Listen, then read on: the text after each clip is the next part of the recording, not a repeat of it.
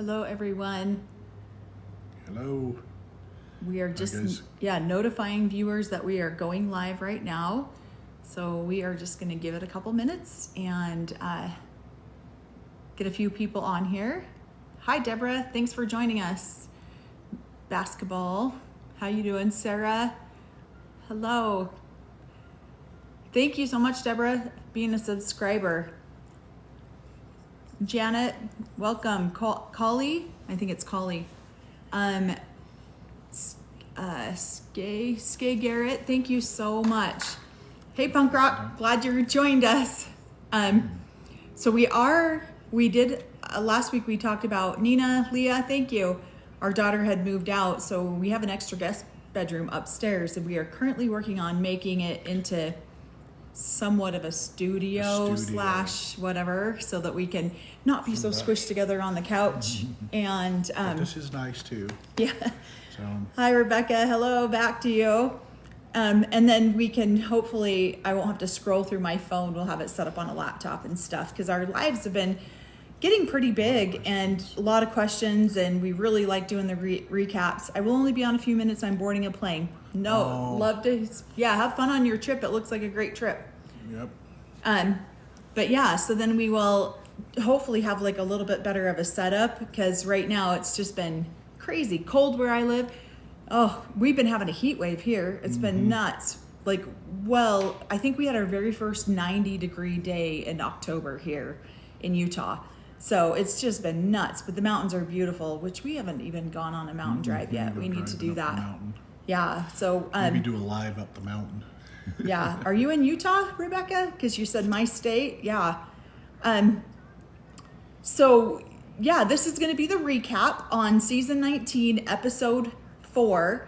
And oh my gosh, we watched this episode and it gave us both a headache, because it's it is just, New York. Oh my gosh. Yeah, I'll bet it's cold. Yeah. Prayers for Florida. Yeah. Thank you. Our daughter lives in Florida right now, and she's right on the path of the hurricane right now. And so does his brother. Yep. Waiting to see how the hurricane does to their homes. So. Yeah.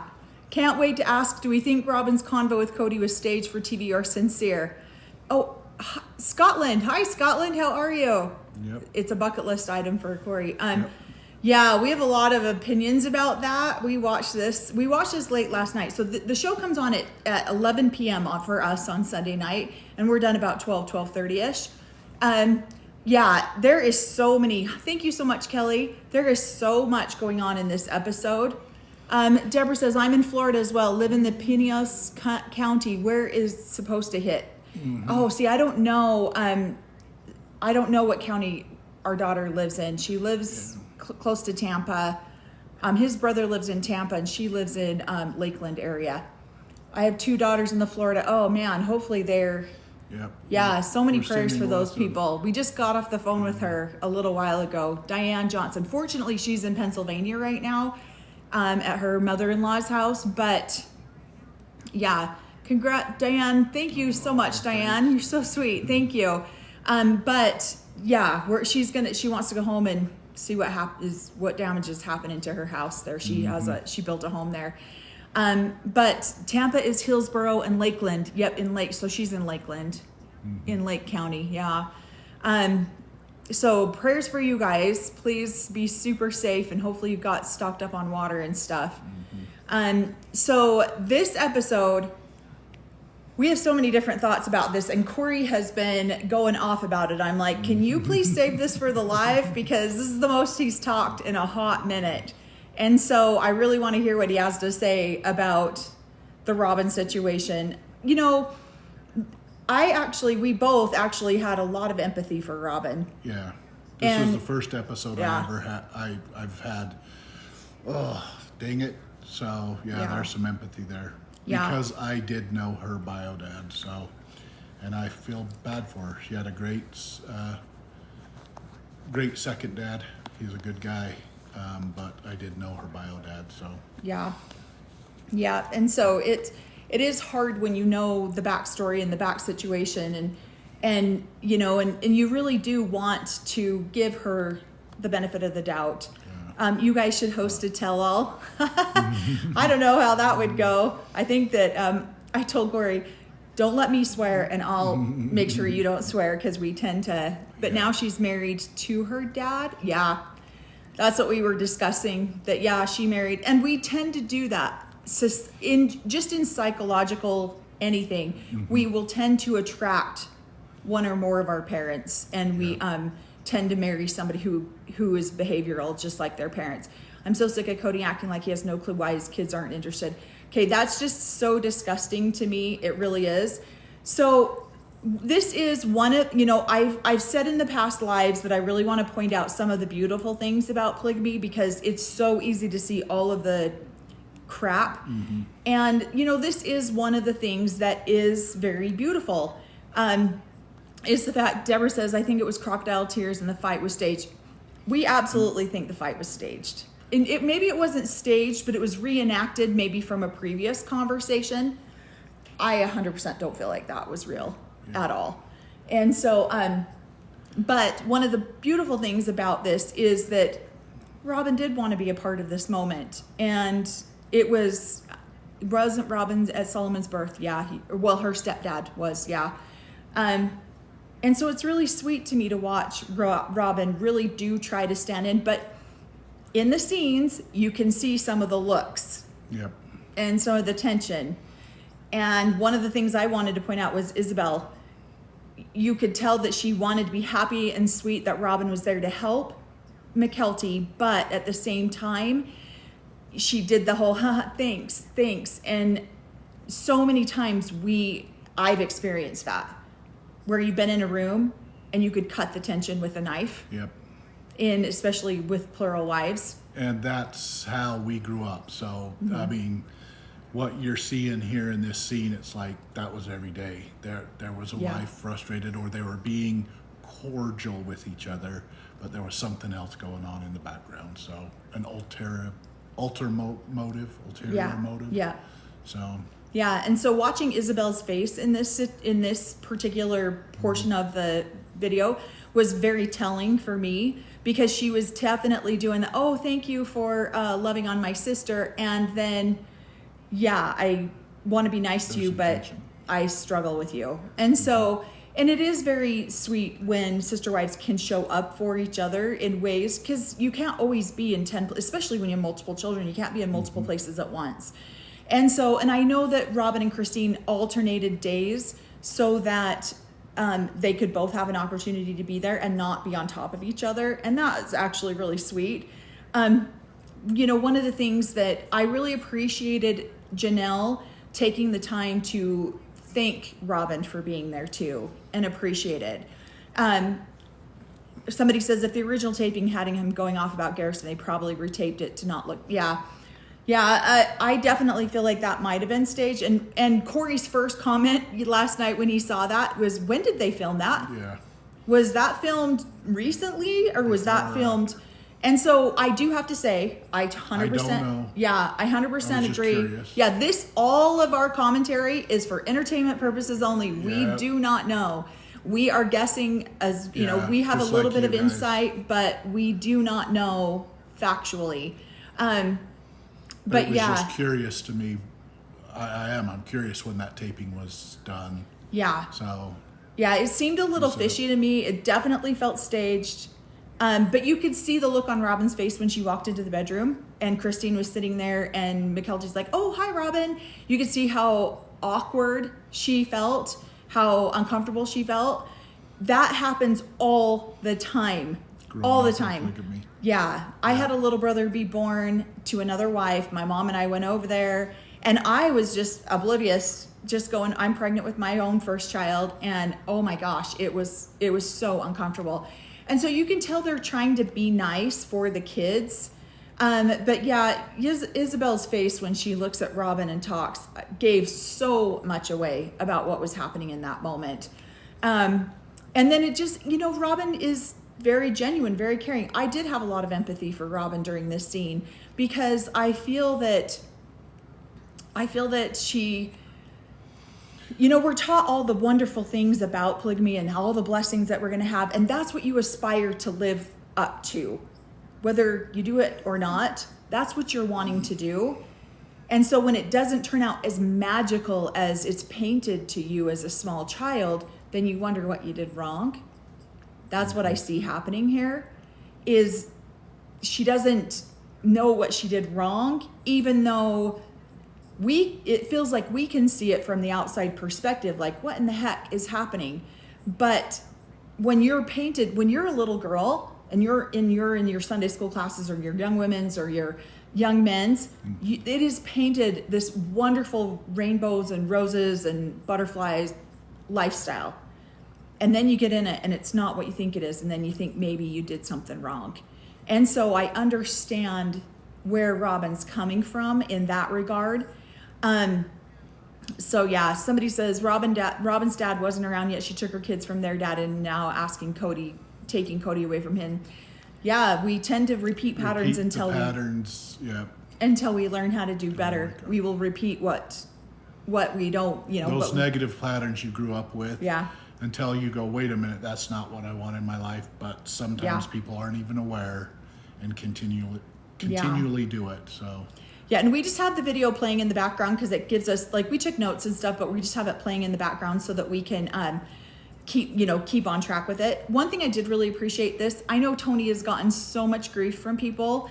I haven't watched a lot of episodes. Like I said, we haven't watched the entire series, but I did appreciate the fact that Tony was trying to give Robin some kudos, was really trying to help Robin out. Hi, Jenna. How you doing?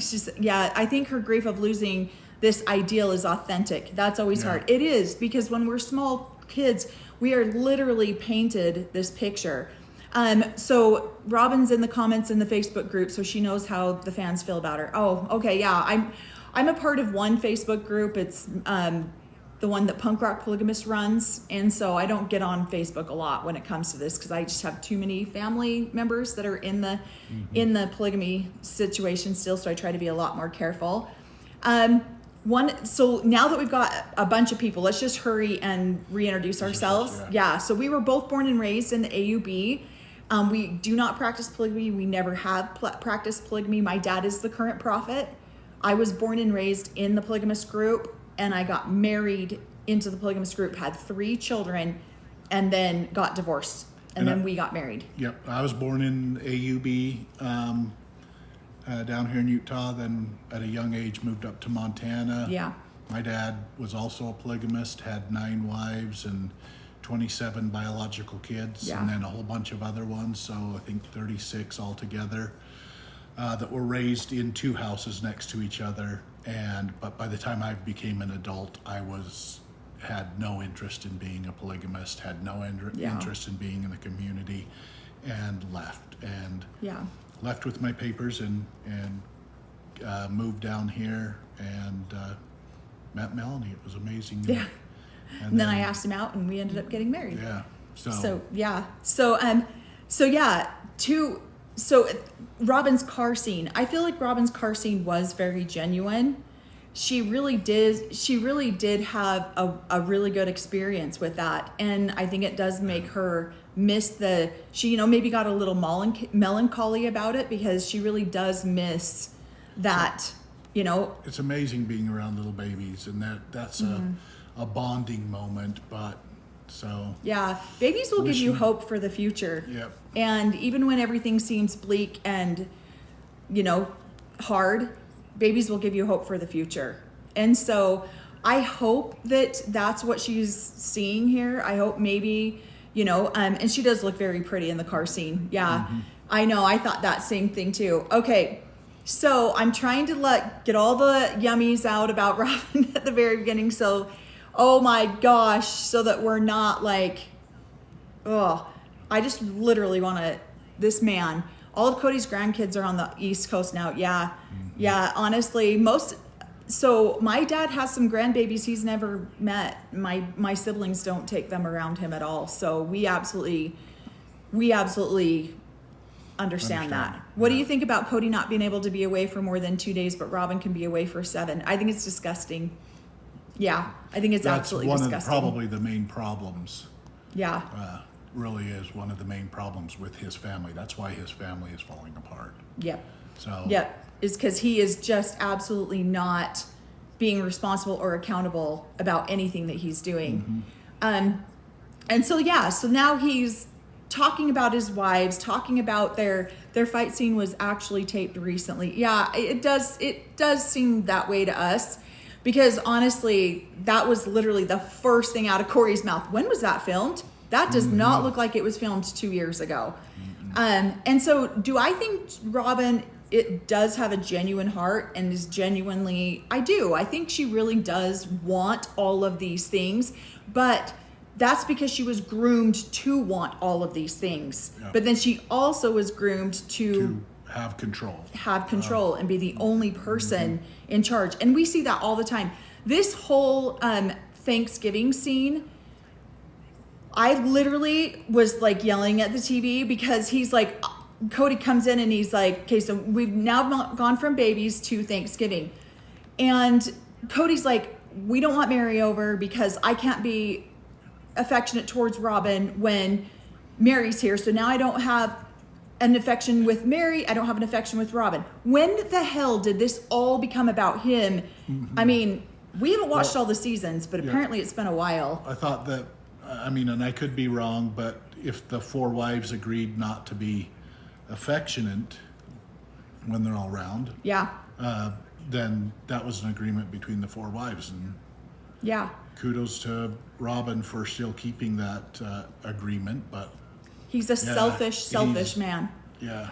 For saying, I can't have a relationship with Robin. I can't be affectionate. Relationship I want. Yeah, I want with Robin in front of Mary. That literally made me so disgusted. And at the beginning, I do remember seeing an episode, and we were talking about this, where they all had an agreement to, they're not affectionate with each other. With Cody with Cody in front of each other. They're not affectionate. That was an agreement that they all made. And now this selfish sacred covenant. I know, Cory, when Cody said, that's my sacred covenant to you, Cory about jumped up off the couch and was like, all four wives. So why is this one special? I know. He literally knelt over an altar with all four of these women and made this covenant and promise to all four of these women. Why is the one to Robin the only really important one now? That's what it does. One. Yeah, the only one that it doesn't make sense to me at all. And then this whole Thanksgiving scene is just, it is disgusting. And where's Dayton during all this? Why is he not? Maybe he's old enough now he doesn't want to be filmed anymore.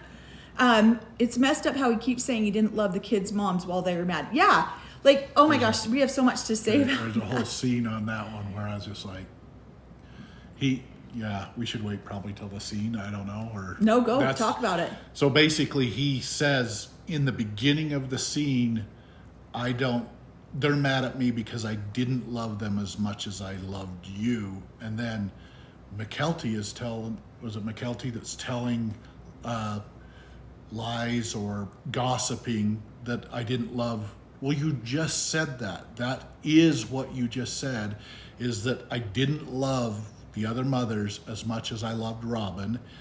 But I'm mad that me trying to explain that to you, you told the other mothers and now they're leaving? No.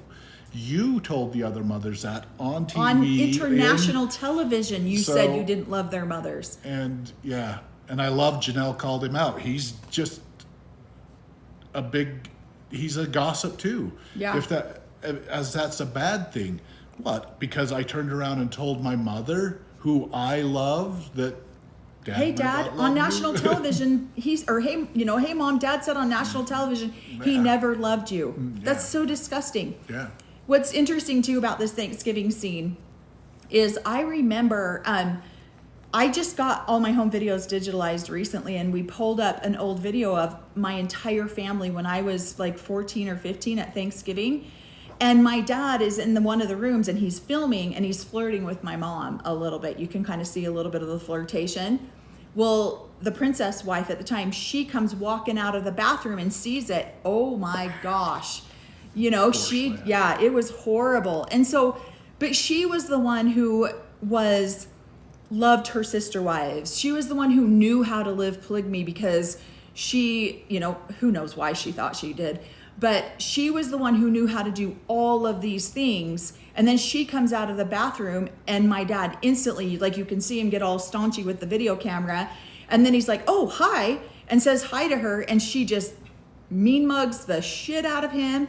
And then it's like, oh, great. Yeah. And Diane says, don't blame me for not loving you. Blame yourself for not being lovable. That is exactly the mentality of a good portion of these polygamous men. They all feel this way. And so it's really sad to me when I see this. It brought up a little bit of that trauma of that Thanksgiving video that we watched. And of course, Mary's not going to go and be a third wheel. Why would she go and be a third wheel? Like, she can see that he wants to be affectionate towards Robin. He said it on national TV. I know. So, yeah. What a complete...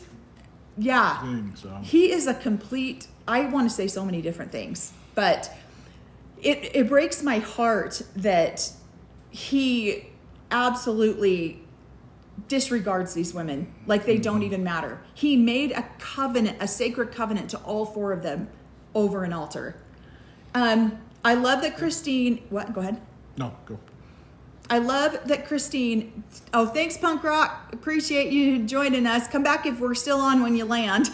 But yeah, I love that Christine is so welcoming to all of her children and that they're all there. And I love that Peyton is over at Janelle's for Thanksgiving. That happens in our families. They're so intertwined. What? Telling a child that a parent isn't lovable is telling the child. It is. It's true. Yeah. That's one thing that we were... When we first became parents, there is if you're telling a child that 50% of their DNA is not lovable or is a bad person or is this or is that, it damages that, because that child's like, well, wait a minute, I'm just like that person. Am I unlovable? And so it is. That's why in divorces or in these relationships, you have to speak positively, especially around the kids, about their other parent. So and we really struggled. I really struggled with that when we were first married. There was a lot of drama with my ex-husband, and Cory would constantly remind me. Not around and kids. I would try very hard, but there were sometimes, but what I love about so the huge Thanksgiving dinner. We had dozens of Thanksgiving dinners like this where all of the families there. The one that they show at one of the houses in Vegas, we had an exact Thanksgiving like that in Montana at Cory's family. We've had those down, in my family. But I want to point out some of the beautiful things about polygamy, and this is one of the beautiful things, is these types of family get-togethers. Because there's so many negative things, and there is, and I won't even deny that, and I will never ever promote polygamy to anyone. But these family dinners and family moments are amazing, and we loved them. And the fact that these children can intermingle and go, Peyton can't make it back to Salt Lake, so he stays at Janelle's. That is amazing. He's got two families that he can go hang out with. That's awesome. And they always feel that love. They always feel that affection. And good on these women for showing up for the other women, for their children like that. I have this little sister who calls my mom Mom. My mom was the primary house that everybody went to. And so I really appreciated that. So I kind of wanted to point out, not that I'm going to say that polygamy in any way, shape, or form is acceptable and I will never promote it, but these moments were some of the things that I really did miss.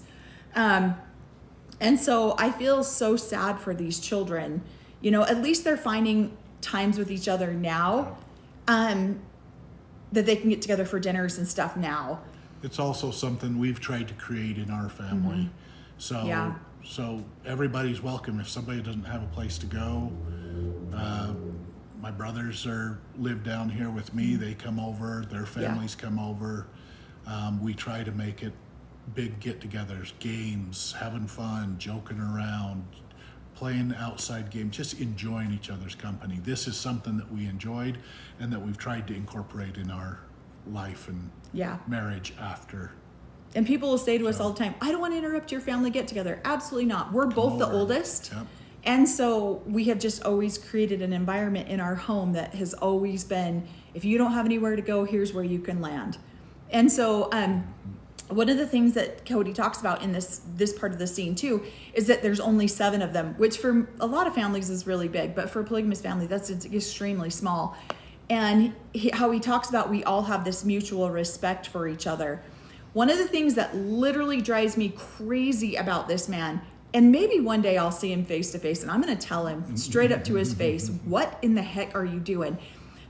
Is because he doesn't show that respect. He demands that loyalty and respect, but he disrespects his family every chance he turns around, like literally on international television. And so he's like, oh, we only have 7 of us. It's really small, but we all mutually respect each other. And yeah, it's disgusting to me. It makes me so sad.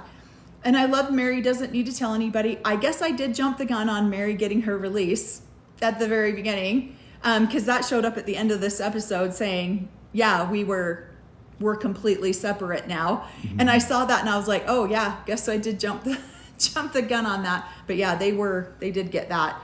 And so yeah, these Thanksgiving, I love that Mary is just taking her own way and just going, yep, I'm doing my own thing. I don't need this.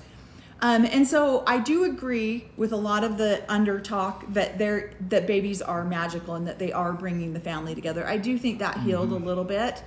But yeah, that has been hard to watch. So we're going to fast forward to, oh wait. Yeah. Yeah, because of commercial. What is true about Mary? People say she was mean to the kids. I don't know, especially in this kind of, environment. If you have an opinion about anything, you are aggressive. Yeah. Mary tended to have opinions about things, so it could have been aggressive. I don't know. I don't know where where that's coming from. But so I do feel like some of these emotions are genuine because we literally were painted these. Didn't you feel that way when you were growing up? On what? Sorry. About the fact that we were painted these really pretty pictures about what polygamy was supposed to look like. Yeah, everything like that. And then to see the arguments, the site up talking about Mary.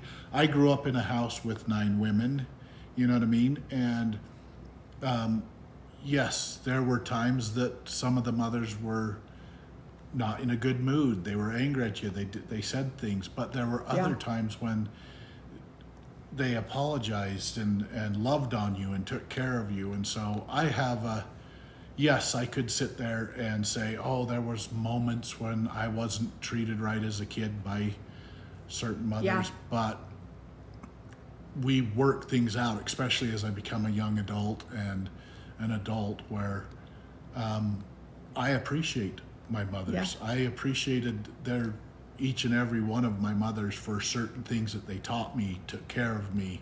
And I even had a mother leave my dad and live next door, and I go visit her every time I go up there because I appreciate what each one of them did for me growing up in the community. Didn't always agree with them, didn't always get along with them. Yeah.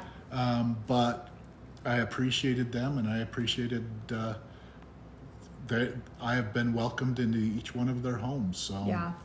Somebody says he finally commented on Maddie, said at the wedding she avoided him and did not. Yeah, we saw that too, and oh gosh. You can't make rules for 2 years of how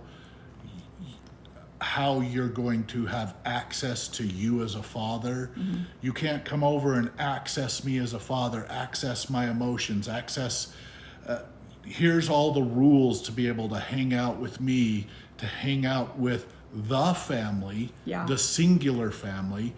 And if you don't follow these rules, you don't get to hang out with me. And they go, okay, 2 years of great, we're going to create our rules or our hangout with our family. And then it's all of a sudden like, and they create their own rules about, hey, if you want to come see the grandkids, let's do whatever it is. I don't know what those rules are, or that they just go, you know what? I don't want to deal with your rules anymore.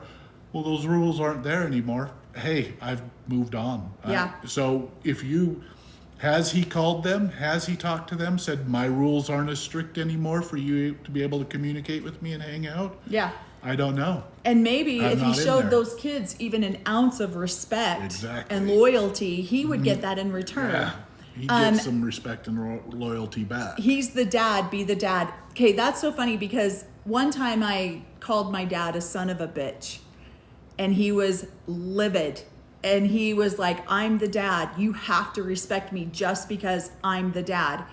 I don't agree with that at all. But he definitely does that. I don't know if I can I say that word? I don't know if I can say that word. I don't know if you can. Yeah, might not say that again. But Cody assumed so much he needs to shut up and listen to his kids' feelings. Absolutely. If he closed his mouth for 2 seconds, I think he would be.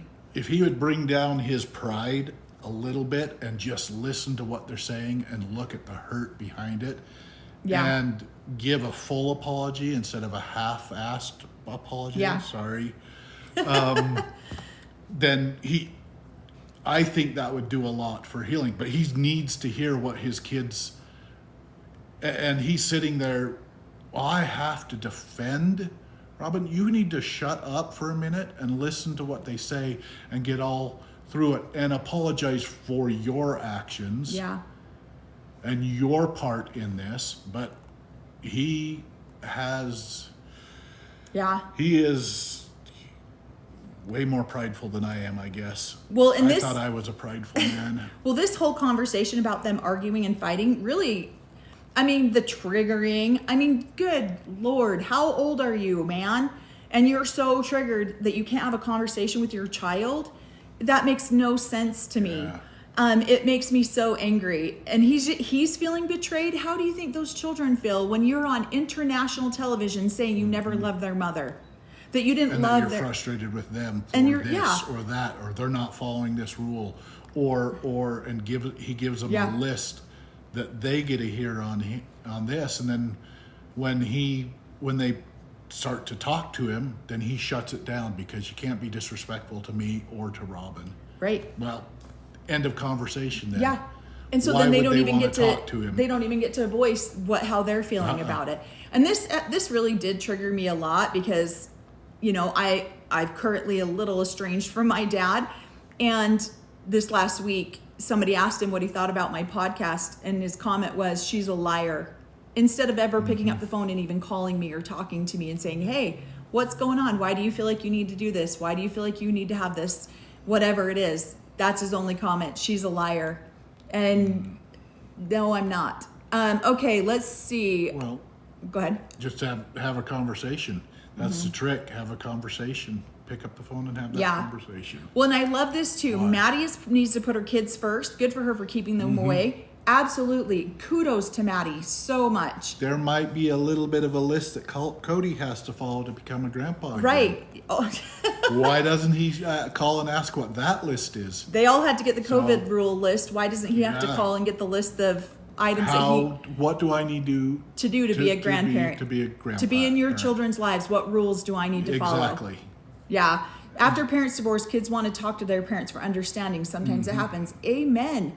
Yeah. Amen. They absolutely do. Why did this happen? Yeah. Why was there a separation? Right. And honestly, okay, with this whole argument fight with Cody and Robin, I really do feel like they are trying to do PR for Robin and Cody. It's backfiring for Cody for sure. Yeah. Robin, I feel like I'm a 50-50 on it. I'm not quite sure. I do have some empathy for her. Cory had a lot of empathy for her. Because I knew her bio dad, so. Yeah. And I didn't realize that I knew her bio dad. I didn't realize until last night when we looked him up, and then I was like, oh my gosh, I do remember him growing up because I knew his second wife. And so I was a little bit surprised by that. I didn't know Cody has a lot of features. Yeah. So a lot of play just like it. I mean.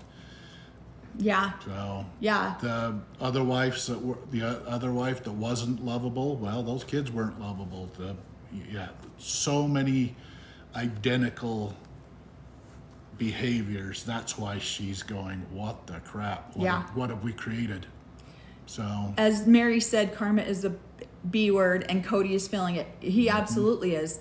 Well, and he just wants everybody to feel so sorry for him because he's the common denominator in all of these divorces. I would probably, and I'm sorry, if one or more person is coming to you and saying the same thing over and over and over again, you might want to look and see if you're the problem. And so, yeah, it blows my mind, the lack of accountability that this man has at all. And I am sorry, I really definitely feel like this was staged. I think it kind of went in and out of, maybe not staged, but it's something that they've talked about numerous times. And so I feel like they come in and out of real emotion. It goes to, okay, let's talk about this, but then all of a sudden it starts to hurt and starts to feel real. Just little moments of it. But I feel like overall the whole scene was not real. But I think some of the emotions were real at times. I could see the hurt in Robin's face for reals. And the problem is do I think that it's real for Cody that he really is hurt? That's the unfortunate part. He really is hurt. Wounded. His ego is really wounded. And so I don't know that I have ever really looked at the TV and ever wanted to strangle someone. Like he just annoys me so bad. And I feel sad to say that because hopefully none of his kids see this. And I'm so sorry because that's not your fault in any way, shape, or form. So now he's going off about Madison. She never told him he was pregnant. Did you call and ask her how her life was doing? Hey, sweetheart, how's your life in North Carolina going? Hey, sweetheart, how's this going? But all he wants to do is say, and it's funny because I don't know if your dad ever did this to you. My dad does this all the time. How am I supposed to know about that if you don't call and tell me? Guess how many times my dad said that to me? How am I supposed to know that that was an issue? And he would always do it like this.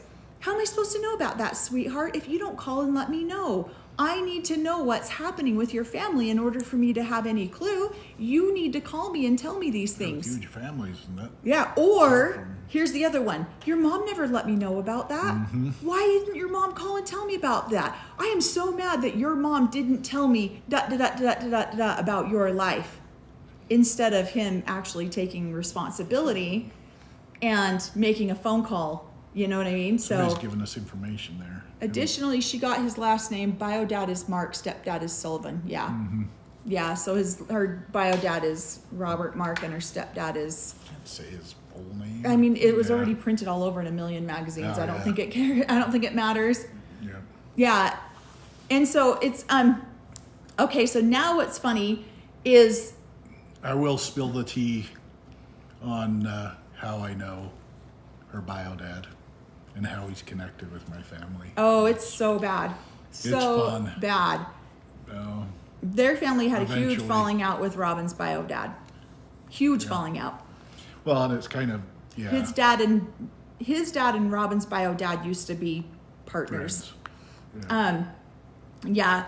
And so, but we'll go into that later on another Q&A somewhere. Yeah, probably Thursday or something like that when we do it.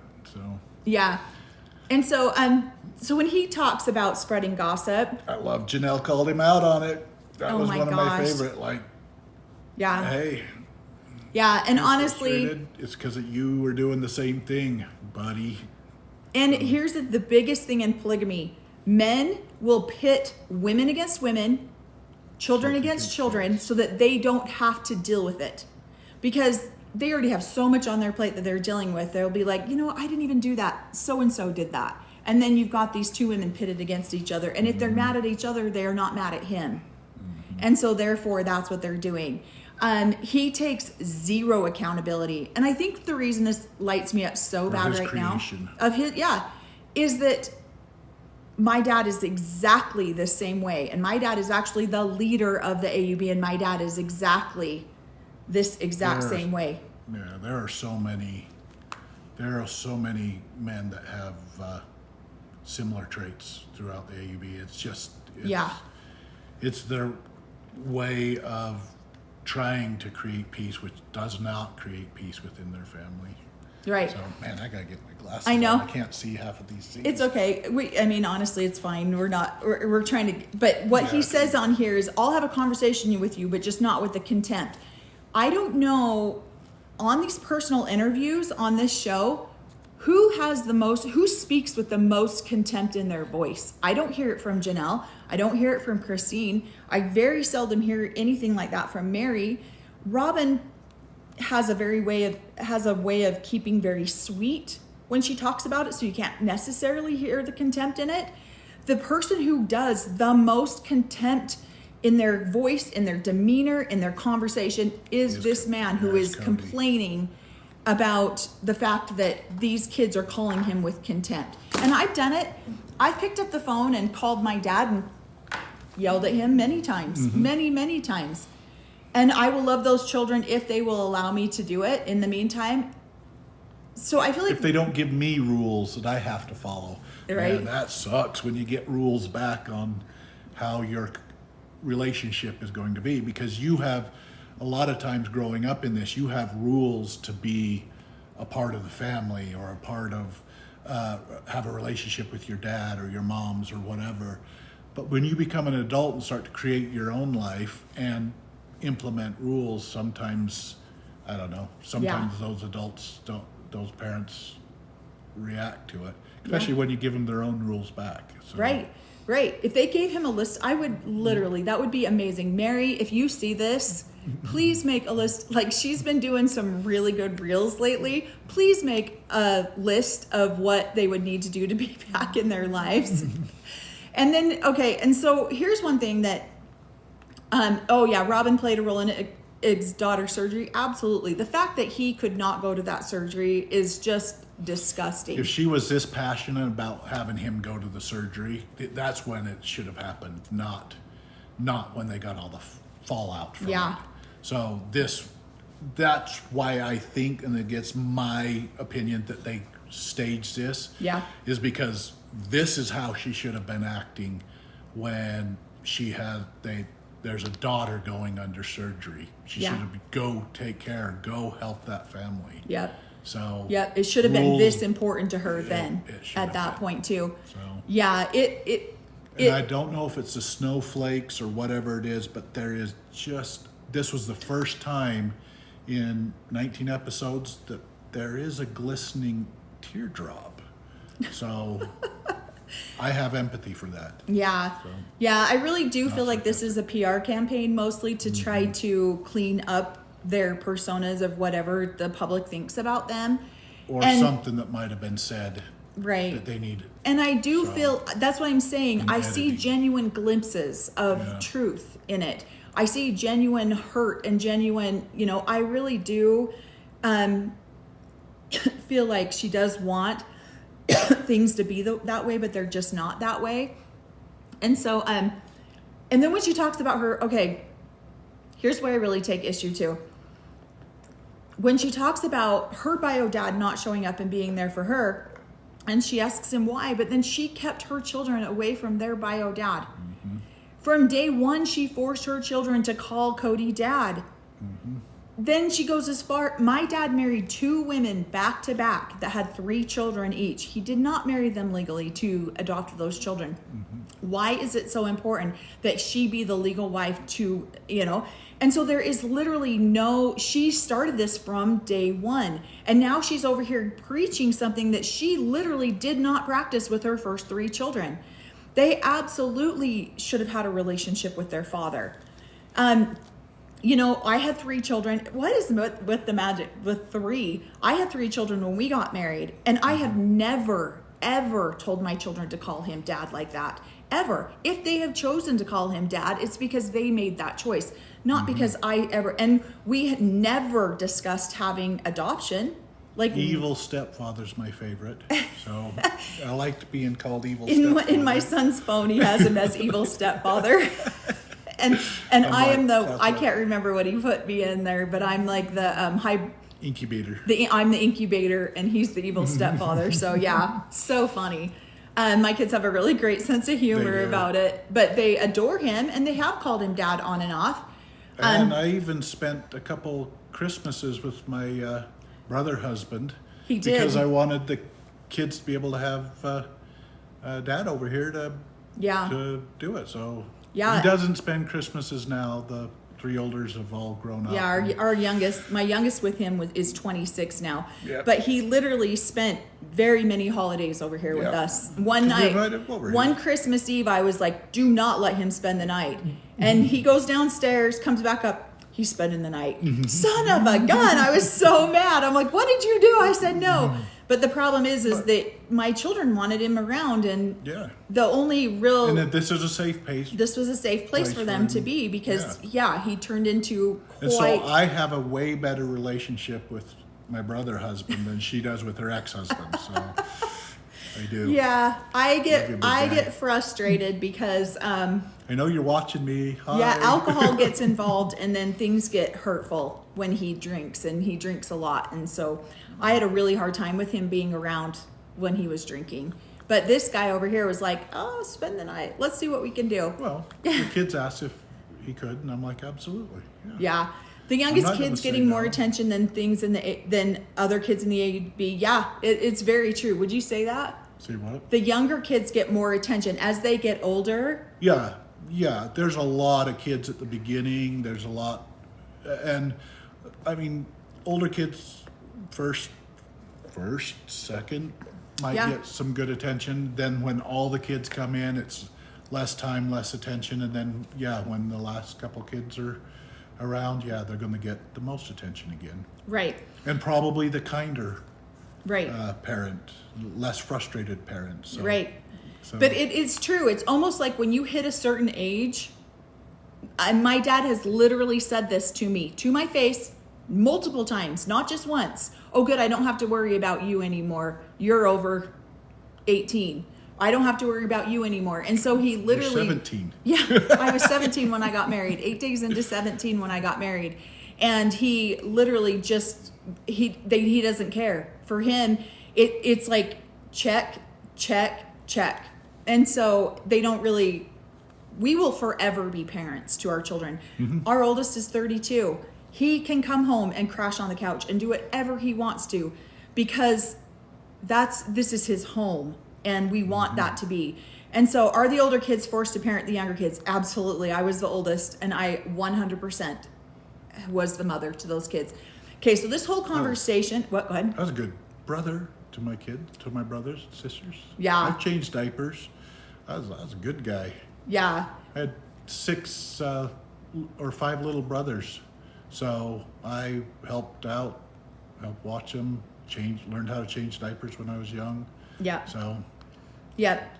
Had those skills growing up. Mom didn't have her daughter until the last one, so. Yeah.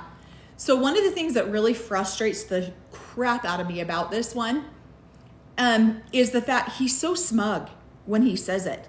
When he sits there, because the things that Robin's saying are true. These children need you in their lives. These children need to be a part. They need to know you care. She's saying very true statements that how do you argue with that? Coming from the place of her having been a kid and her bio dad. But she didn't do that for her own children. No, she picked. And now she's trying, pattern. And then he comes up so smug and says, all they have to do is pick up the phone and call me, and they can have me in their and not be it was contemptual. Yeah. All they have to do is pick up the phone and da-da-da. And I'm like, are you kidding me? So no one, he can get on national television, talk all this crap about his children, but the second that they want to have a conversation back with him, you're being too aggressive. You're being too confrontational. I'm not going to have that conversation with you. Did you see a comment that you wanted to address? No, probably. I think people are answering, so we probably need to introduce ourselves again. Or yeah. There's. Yeah, and then he comes up with this whole. Did that light just change? Yeah, it did a little bit, huh? Then he comes up with this whole, what did I do wrong? What? The fact that he ever even asks that question shows you just how... Shows you that he didn't watch his own show. He didn't. And how disconnected from reality this man is. Yeah, he is so extremely disconnected from reality. It blows my mind that he would even have to ask that. And I am sorry, in this religion, if there is ever a separation in the family, it will always come down to that man. He agreed to be the head of the family. He agreed to be the leader of the family. Oh, he's going to sit down and he's going to bring back patriarchy unless he doesn't want to be accountable and responsible for the things that the reason his family's falling apart. I mean, I could give you days worth of information of what this man did wrong to hurt his family and to hurt his children. Now, and Christine going on her date with David, that's awesome. I think is good. You what? I like watching the dating part out. I guess the end of last season, then that's like they're getting married, and I'm like, oh, so yeah, bringing back the dating. I wonder too. I would literally love to be a fly on the wall when Cody watches these dating scenes. I know. I don't think he watches. Well, he no, might, no, and he would be asking dumb questions if he was. Yeah, if he was watching if he watched his own show, he would never ever have to ask what he did wrong. Why did he deserve this? I even watched some of our videos back and I cringed like, oh shoot, I was dumb there. I said this wrong. No. So. On these lives, you just get us the way that we are. Yeah. And sometimes we say stupid stuff that we're later on we're like, crap, we probably shouldn't have said that. We get too honest or we get too sarcastic. Sometimes we get a little dark humor. But I wonder too, everyone, and so many people say, you're not narcissistic though. No, we're not. I hope not. Gee, we are constantly double checking with ourselves. Could we do better? Could we love our kids better? If this hurt, why did this hurt? And how do we love our children better? One of the things too, people have asked quite a bit on a lot of my stories, are a lot of polygamous men this way? They absolutely are. This was 100% my ex-husband. He acts exactly the way Cody does. And I know my kids sometimes, well, actually, they really don't watch our stuff. They're like, oh my God, we've heard your stories a million times. We don't want to watch it. But it's really, really hard to listen to this because I have been on the receiving end of this. And it is insanity to me. And look what this anger and rage is doing to this man. If you look at him from season 1 to now, he looks like he has aged at least 30 or 40 years. He looks horrible. I mean, I don't mean that. I mean, I didn't mean it like that. He looks very aged and weathered. Yeah, life's been rough on him. And if you look at it's almost like Mary's aging backwards, Janelle's aging backwards, Christine's aging backwards. They look beautiful now. And now they're not, he acts like a different person from season 1. Absolutely. He's unrecognizable from season 1. You would never guess that. The pride that he had in his children that you could see in season 1. He was so proud of those kids. Like what, I don't understand how he can switch from that to this. And I'm going to say something maybe unpopular, but Robin actually looks really pretty in this scene with the beanie. Like, she can pull off a hat look pretty well, I think. Purple like a room. You what? Purple like her bedroom. Room. Yeah, she definitely likes that. Sorry. So, but yeah, and I agree with Robin. He should be calling. He should be texting. He should be going over there. He should be doing his job. Yeah, ego and fame got into his head. Absolutely. This is not the same man that we met on season 1. And like Cory and I have not watched all the seasons because it's too aggravating. But we did go back and watch season 1. This is not that same man. This is what anger and hate and resentment will do to you. Oh, it's hard to watch that. And I would think too, I'm sad for those 3 kids of theirs. They keep blaming me for what happened, or they blame, okay, sorry, got sidetracked here. Cody said he doesn't want to talk to the kids because he's tired of being blamed. And he's tired of defending himself or they're blaming Robin. I am sorry, but kids are not dumb. When I was 3 years old, we lived in the same house as the favorite wife. And I said to my mom at 3 years old, why does Dad love my sisters more than he loves me? Why does he love them more than he loves me? I could absolutely see it at 3 years old. I've been told that story dozens of times my entire life. These kids see it. They're not stupid. And so what did my mom do? She packed us up and moved us away so that we didn't have to live in that experience of watching my dad love another wife and her children more than he loved us. And so we were absolutely the kids that were not loved the way that the other wives were. And so I don't understand why she would do this to her own children, to the her older 3 children. So where this hate for Robin came from, he doesn't know. Just in the small episodes we've seen, how does he not know this? Well, yeah. You can't sit there and tell your children and your other wives, honestly, that I don't love you as much as I love Robin, and not have some level of resentment towards that person. Yeah. Well, then, and the other wives have gone, okay, we see that too. The kids, we see that too. Yeah. And they're going to go spend time looking for somebody who might care for them, or the kids want to be around somebody who loves them for who they are. Yeah. And so, yep. And Cody's little family now can see that he's loving them. They're his favorite, and so, but the older kids are like, yep, we're moving on. We're going to go hang out around with our mothers who love us. Yeah. Or we're going to find spouses that love us.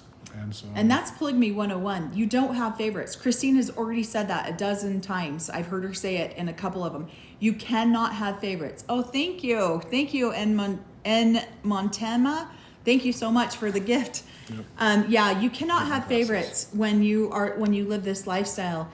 And unfortunately they do. And if Cody would have taken a step back and said, oh my gosh, my kids are seeing that I have favorites, and tried to heal that right then, he would not be in the situation that he is right now. His family separating is 100% on him.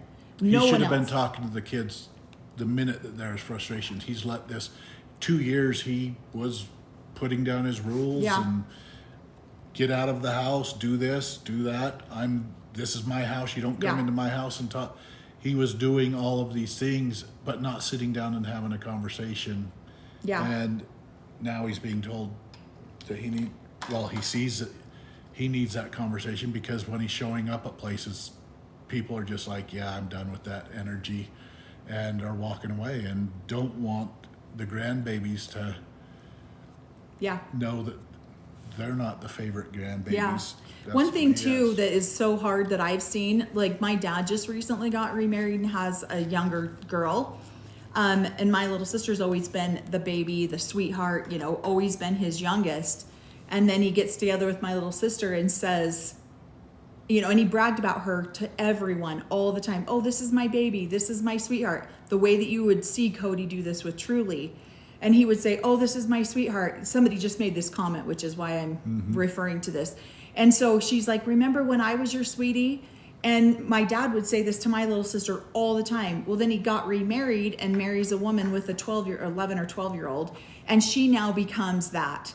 And so he rubs it. He kind of says it all the time. Oh, this girl is now my little sweetie. She's now my youngest daughter.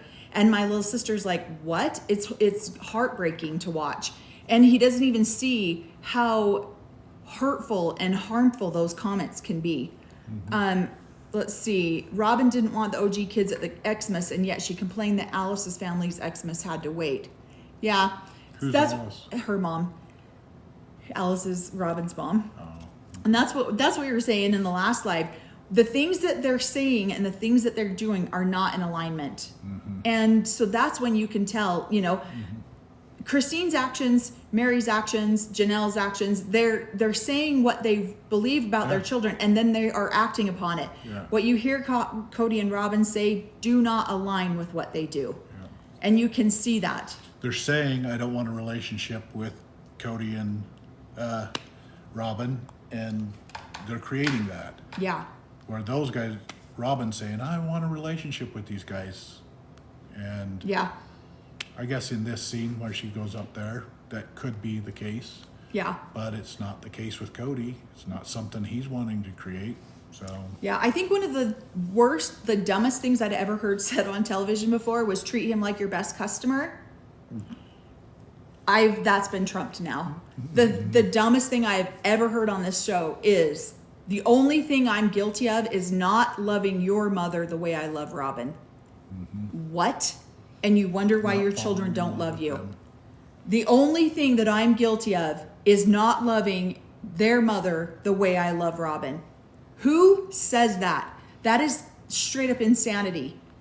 This guy, I mean, if I was his child, I would never speak to him again. Never.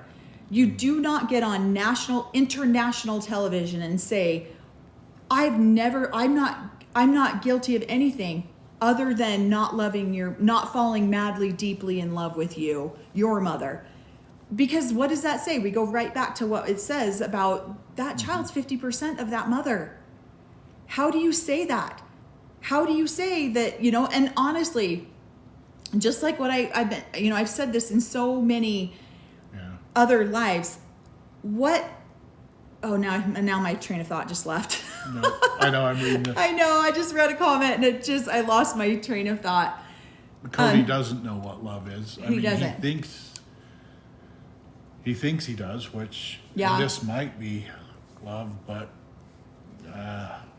glad we don't have this love. I know. He's sitting here with so glad I'm not a polygamous man. Well, and the fact that he refers to his children as these people, oh my gosh. I am like so blown away by this man. He is literally one of the most disgusting people I've ever seen on TV. And it is, how can he repair these things? How can he repair some of this damage that he's, these children or these people, he can't even say my children. And this is a very typical way that polygamous men refer to children. Oh, Janelle's kids. Oh, Mary's kids. Oh, Robin's kids. But I don't know that I've ever heard him refer to them as Robin's kids. I feel like I've always heard him refer to him as our children, but he's always referred to Christine's kids as her kids. And the way that he says, you can blame me, I'm fine. Don't bring contempt into this conversation. Sit down and have a conversation. How can they not be contemptuous when he's over here calling them these people and telling them the only thing he's guilty of is not falling madly in love with their mothers? And that's a rule he's got in. If you're going to have a conversation with me, you can't have contempt for me. Then there'll never be a conversation. So yeah. That's probably why he doesn't have a relationship, because they've ended the conversation right there with that rule. Right. You can't have contempt with me. Right. Okay, then we're not talking. Right. Great. And one thing too I wanted to address when Robin says, I can't help. So in the previews, they made it sound like it was way more intense than it actually was, because of course that's a preview for you. I can't help but lose respect for you. And then she backpedals real quick right after. In the actual show, she backpedaled really quick. In the preview, that's not what happened. So everyone's hanging on this. Oh, she's losing respect for Cody. It's because it instantly was a knife in his kidney. I mean, you could see you've lost kidney. Oh, there goes the other one. So instant. We hit our hour mark. Instant knife in the kidney. Yeah. When she said the words, I'm losing respect for you a little. Right. So this is part of the teachings when you grow up.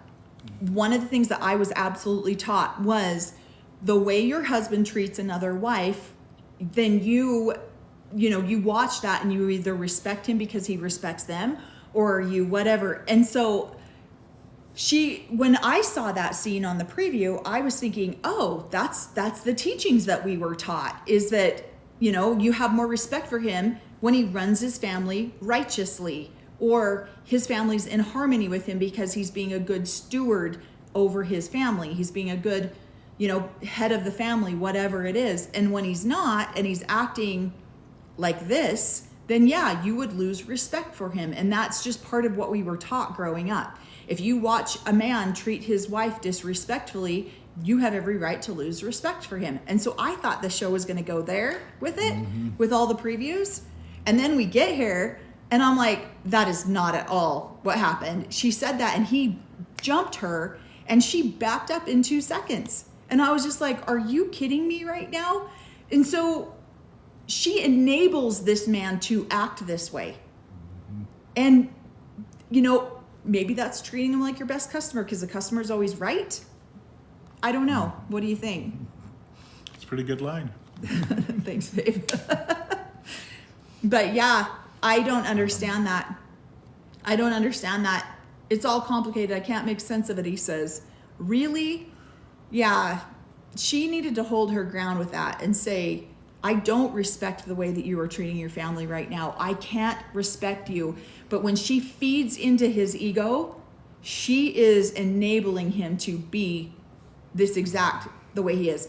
And so she feels like, okay, then she comes in and says, I always respected Cody. That's why I fell in love with him, is because he was so present with his children. You're the one who took him away from his children. How can he be present?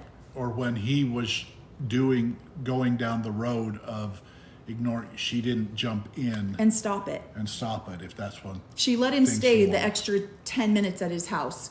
At her house, trying to console little girls. She didn't say, hey, the rules of COVID are over. Go spend some time with your daughter while she's in the hospital. Yep. She did not promote a healthy relationship with him and his other children through the process. And she may have, but she didn't kick him out when he said no. So. Yeah. He was so present until I demanded an 11-day honeymoon with him. Absolutely. Mm-hmm. I will never let that 11-day honeymoon go. Mm-hmm. I am sorry, but that is one of the worst things that I have ever seen a polygamous wife do, is take away a man for 11 days. And so she says, my biological father was absent most of my life. Then why would you do that to your older 3 children? Why would you take their biological father out of their lives? Mm-hmm. And why would you take Cody out of his other kids' lives? I don't buy the fact that there's things that she could have done to promote all the way through him being there. Yeah.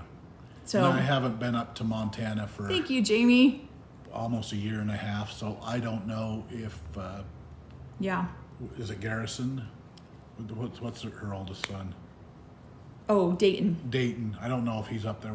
He could be up there. Yeah, he could be living up on the ranch with his dad. Father, so. Yeah. They have. He lives on the ranch, does he? Maybe I don't know. I don't know if his dad, his bio dad lives on. Yeah, I just haven't visited Montana, unfortunately, for a couple of years. So yeah, we got to get back up there. It's been a minute. Yeah, I've been doing other parts of the country for marriages and hanging out. Yeah. Our kids are there, so we've been going out there. And our kids have been moving East Coast, but yeah. And so I feel like there was a point I was going to make about that, and it skipped my brain. Oh, yeah, Mel, you're a little opinionated this evening and agitated. I'm not sure who Paul Bugs is, but thank you. Yep, thank you. It's because I lived through this narcissistic behavior with my ex-husband too, and I'm currently in it with my father. And so it really just lights me up to watch these men be so victimized by their own behavior. It literally blows my mind. I don't understand it at all. Katie's going up on Thursday. Oh, Cory's sister's going to Montana. Yeah, we need to get to Montana again soon. Oh, thank you, Diane. Thanks. These are so funny. But yeah, I have no clue what is going to happen. They have to do. Yeah, I don't know. We haven't touched the whole Garrison thing. I don't think we're going to, just because it is such a sensitive subject and it's something that we have dealt with. Their sacred covenant. Why didn't he put that on the 3 wives? Yeah. He did. Yeah, he did. Yeah. They all knelt over an altar, the exact same. He just didn't honor the first 3. Yeah. It was only he the 4th. Didn't honor it, not them. Yeah, that blows my mind. You know who did a good job? It was the guy from My 5 Wives. Honestly, it says a lot about Brady. So Brady Williams was on My 5 Wives I grew up with a couple of his wives, very close friends. One of his wives was my midwife at one point. She wasn't my good friend growing up, but yeah, it says a lot about that man that he left and all of his wives have chosen to stay with him. He'll eventually not. Oh, thank you. So blessed. Yeah. honor the fourth as well. Yeah, he will event. Yep. Yep. And so that's exactly what I was going back to when we were taught lose respect, because if you watch a man treat another wife that way, eventually he's going to treat you that way. And so that was part of our training, I guess you would say, when we were growing up, is you have this man treat those women the way you would want to be treated. And if you're not, you have every right to lose the respect for him. And I feel like that is so not what's happening here at all. And then she grabs his face again. Like, I get it, but can you imagine, like, if I just, ow, sorry, now I scratched it with my fingernail. But like, if I did that to you, I can't even imagine that. Oh, I just broke my nail on you. We smack each other. But yeah. And then he's like, can you give me enough space to be this heartbroken? Dude, it's been a few years. And I get it. Grief takes time. I'm not going to sit there and try to say, getting through a divorce. Hell, I'm 25 years into it, and it is a pain in my ass sometimes still. She always holds my face when she eats French fries because she knows it bugs me. Greasy fingers. He's like, don't touch my face. So, yeah, grab his face only to kiss him. I totally agree. Yeah, I totally agree. And then he did say in here that he's lost his religion. And that's obvious. That's very obvious. And then he says the major mistakes he made was asking the boys to move out. Absolutely, that was a huge mistake. You should never do that. His COVID rules, and then not going to his daughter's his daughter's surgery. Yep. Yeah. And that's where you pick up the phone and tell them that. That's what the apology needs not to be on here. If he started with that with the conversation, he might start healing those relationships. Yeah, and then Gabe's birthday when he didn't call Gabe on his birthday. I feel that one. I just turned 50 a few months ago. Huge list. There's a huge list. My 50th birthday came and went, and I didn't hear a word from my dad. What did he do? Hey, Kiana, thank you. Hey. Yeah. And I feel sad for these kids because honestly, if he picked up the phone and just started it off very like, hey, I love you. I'm sorry. Let's spend time together. Mm-hmm. He could heal some of these relationships, but he goes in there and says, oh, thanks Kiana. And then he just gets in there and says, I don't know what I did wrong. This isn't my fault. Well, there's a list of it right here. everyone in our comments is giving him a list. Yeah. And so then Robin backs up and says, yeah, I'll give you time with this. I'll do, whatever. It's just so triggering.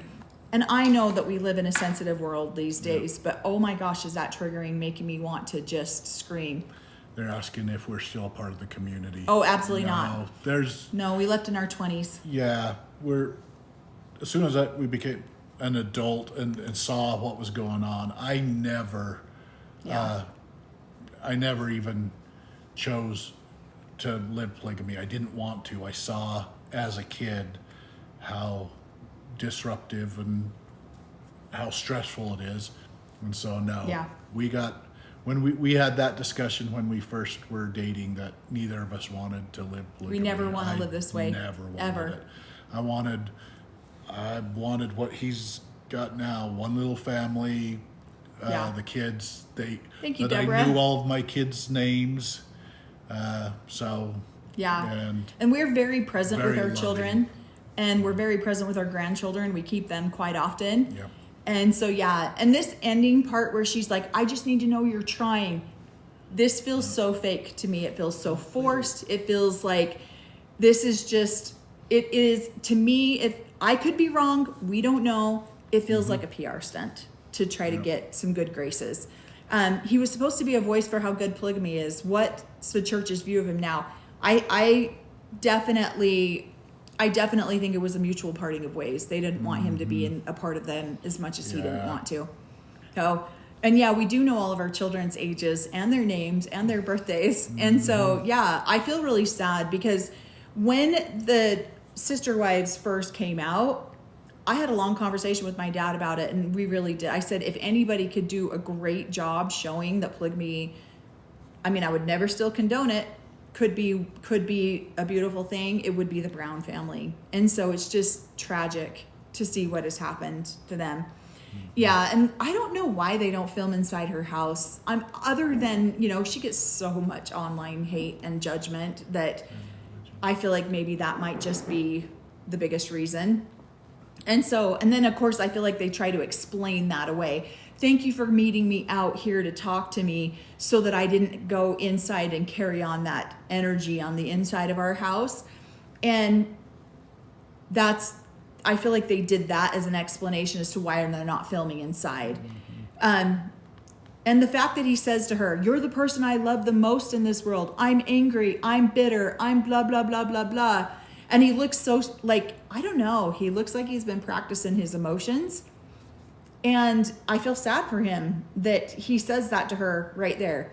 I don't know how many times he said that in this episode where he's like, "I'm just guilty of just not loving your mothers as much as I love Robin." 3 or 4 times, I think. So. Yeah, it's heartbreaking to me. And he says it right before then. He said, that's what got me.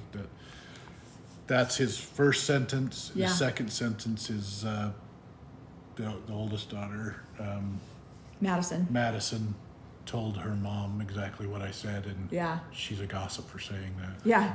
She's a gossip for telling her mom I didn't love her, even though I said it on international television a dozen times. So yeah, Robin gets so much hate that should go to Cody. I agree, because Robin's doing what she's allowed to do. Mm-hmm. And that's why she's doing it, is because she's been allowed to get away with it. And also what she's allowed Cody to do, because if she truly wanted this thing, she would have, I feel like, been new and been a lot more fair with the time. No, you need to go here. Right. You need to go there. Yeah. She says it, but it obviously didn't work. He wants to be there, so and they've created that he's there now all the time. That's what I was going to say earlier, and then I had a brain. I saw an episode where Christine was like, "You can't have favorites." So we have not watched all the seasons, just FYI. But I saw an episode where Christine's like, "You cannot have favorites," and he would show up at my house just in time to go to bed. But then he would leave again in the next morning to go help her get her kids off to school. Those are the things that cause division. They're little slivers, and that's not so little. That's pretty big, to not show up till bedtime and then leave again in the morning to go help the other kids. Logan was getting the other kids off to school in season 1. Aspen was getting the kids off to school in season 1. And so the fact that he had to go do that for other people, and the thing is here's where he's messed up so severely. He says, "I wanted to do those things." What does that say to the other kids? You didn't want to get me off to school, Dad? Didn't want to hang out with me. You didn't want to come over and hang out with me before I went to bed, Dad? So when he says, "I wanted to do those things," those are the slivers that start to cause the division in his family. And he doesn't see that. So do you think Robin's kids will choose plural marriage since Robin is an advocate for it? I don't think Robin's really an advocate for plural marriage, to be honest. I think she's an advocate for all the beautiful, wonderful things that we were promised would happen if we lived plural marriage righteously. And obviously that's not happening. That's what she's an advocate for. She's an advocate for all of the beautiful, wonderful parts of it. She's not an advocate for polygamy, because there's a lot more hard things than there is anything beautiful. And so no, I don't feel like she in any way, shape, or form advocates polygamy. And honestly, as a mother, that's why I left, is because my 2-year-old daughter was getting Googled by some gross old man, and I couldn't imagine that life for her. I didn't want that heartbreak for her. So as a mother, how could you want that for your daughters? I can't understand that. I don't understand that. Thank God. And so I feel like this scene, we're just gonna keep letting it play because we're almost to the end of the show here. I feel like this scene is very staged. I mean, if it's genuine, I feel like the things that they are saying probably were conversations that happened for real. But this is a replay. This is something that they wanted to see. They wanted the world to see. Does that make sense? So I think that's what, And I don't know, as a kid, if Cody has lost his faith, he doesn't sound like he's an advocate for polygamy anymore. Yeah. Just the way he talks and what he's done. Usually when a parent is going, well, unless those kids are already married into it, they'll probably talk them out of getting married within the polygamous group as a plural wife. So right. It could happen. I don't know. I'd be really, really surprised if any of these children decided to live plural marriage especially at all. After watching what it does to families. So right. Well, and then, okay, so now he's wounded that his children have called him and said he was an asshole. I have done that to my dad a dozen times. Hey, Dad, I think this is ridiculous. Hey, Dad, I think that, and there's been a couple of things that he absolutely deserved for me to call him that. And he was furious and angry with the fact that I would dare disrespect him like that and would call my mom. And so instead of calling me directly and saying, hey, I don't like, having a conversation with me, he'd call my mom so my mom could punish me. And this is in my 20s after I married and moved away. And I never spoke to my dad. I never really spoke to my dad until I was 26. And then that was wanting to date Cory. And my dad told me because I was getting divorced. And my dad told me I couldn't date Cory because he had been kicked out of the polygamous group. Told me I couldn't date Cory and that I had to marry somebody who already had a family and was just going to take care of me and my children, similar to the Robin situation. And I was like, yeah, that's not going to happen. I'm not doing that. And so the fact that he gets angry that his kids call him and say that to him blows my mind. I've done some pretty stupid things. And if my children were to call me and say that to me, that would be a huge red flag to stop right then. What's happening? What's going on? Let's have a conversation. What can we do to, tell me how you're feeling? And I would just sit there and listen, because that, I feel like, is how you heal, is you let your children be heard. You let your children express themselves. So Cody just needs to shut up and listen to his kids regardless. But the thing is he's so self-absorbed that he doesn't even see that. And okay, I love how Gabriel says Robin plays the victim all the time, and Janelle says my kids are leery of Robin. I absolutely understand that. As a child, I could never say anything about the favorite wife. If I did, I got beat. I got smacked. I got literally, there was one day I thought my dad was going to kill me because I stood up to her and told her that was a long story. But I understand why they're leery of her, because their voices mean nothing. Go ahead. They've been in this family. She's been in the family. Is this 19 season because it's 19 years? I think it was 2010 or something like that when she came in. Oh, okay. Yeah. So still 14 years. 14 years. It's a long time. They got to know her, know what's going on, and kids aren't stupid. They see what's happening.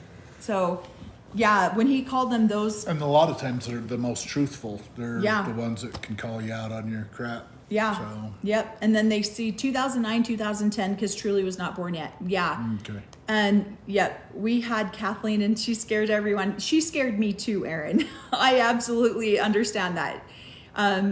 She scared me too. I know exactly who you're talking about. Who's that? She was one of Aaron's other moms. Oh, okay. And I know exactly who she was talking about. She terrified me growing up too.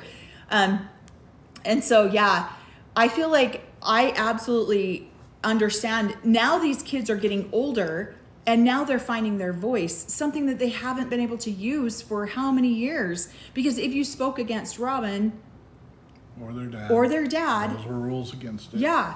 I mean, that's horrible. And so now, of course, they're going to backlash. They have 14 years of all this pent up anger that is just ready to come out and ready to be unleashed. Thank you, Patricia. Thank you. Yep. I don't blame them for feeling that way. And then, of course, I love that Mary gets on there and she's like, well, Cody and I are completely done. We're completely severed. We have no marital relations whatsoever. And I looked at my husband. I'm like, oh, I gave that up way too many episodes, because my dad actually called me the day after he gave Mary her release and talked to me about it and was telling me a little bit about it. And yeah, so I've known about that for, I don't know, a year and a half now, 2 years. It's been about 2 years. So and I do feel like this moment, Robin, we're seeing a preview of next week where Robin's sobbing, trying to keep her head above water, and the only thing that's doing that is her prayers. I absolutely believe that that's real. I can't imagine the amount of hate that this woman has had to endure from, I can't imagine. That they've created. Yeah, I mean, it's of her own making, but how many times have we done something in our own lives where we have to live with those consequences, and they're more severe than we thought, and the consequences are harder to go through, and we've just wished that people would give us some level of compassion. So I believe those tears are real. I feel sad for her. They absolutely brought it on themselves. Absolutely. I don't deny that at all. It's just, I felt a little bit of empathy for her on that section. But the reason, and so I do appreciate, so that was that entire episode. It's hard to watch. I always tell my husband, should we watch it tonight or should we just wait and watch it tomorrow? Because I'm like, do I want to go to bed like all frustrated? Because it comes on at 11, we're done at 12. But it's almost like I can't wait to watch the next train wreck and see what's going to happen next. Yes. So let's see. Now we'll go through and answer a couple of the comments and questions. Why are Robin's girls treated like babies? That's a parenting thing. That's 100% on Robin to allow that. Does your dad watch the show? No, he used to. At the very beginning, he watched a little bit of it, but he doesn't watch it anymore. He doesn't have anything to do with it. When I was watching this, I was yelling at my daughter who wants to know why I watch it. I know, I do that too. This is why when I started this TikTok, it really was never going to be about Sister Wives, because we just didn't watch the show. And then I got asked quite a few times, please comment on this, please comment on this. And then I did, and then here we are. So I feel nothing but anger for Cody and his attitude. He needs to watch his own show. Absolutely agree. I 100% agree. How can this man be this ignorant to what's happening in the world? There's just no way. When you enable your kids or scare your kids. Thank you, Leah. Thanks, Leah. When you scare your kids over and over again, whether it's the end of the world or people are going to treat you bad, you treat them like kids, then they never... Thank you, Stacey. It's a way, I feel like, that then they don't grow up and you're going to have them at home around you type thing. That some of Jordan Peterson's, watching Jordan Peterson, I recognized a lot of those behaviors in Robin. Robin. So it's he calls it the devouring mother. I think it's something like that, where basically you scare your kids about the world all the time, the big bad world, the end of the world, this family's not going to like you, that family. It gives them all of these doubts, so then they're like, shoot, it's safe here at home, I'm not going to go out into that big scary world. And we feel like our responsibility and jobs as parents is to prepare our children for that world, and that is not that's not what I've seen, and it could just be bad editing. I always want to give that, like, there's like a contradiction. I don't get it, that she is one way with her kids and probably has discussions with him on how her kids are treated, but then on the other hand, then you're adults, get out there, boo, boo, boo. But you see that all the time, though. But you experienced that in your own family. I did. And I experienced that in my own family. It's patterns. It's patterns. There's some of those kids that are booted out into the world like, woo! And then there's other kids that are too scared to go out in that world. The world's dangerous. And obviously you're seeing it with this family. Kids are just treated differently according to the mother. And, the fight that mothers have different rules. The fight that I had with my other mother, she spanked my 3-year-old little sister, and didn't spank her little 3-year-old boy for doing the exact same activity.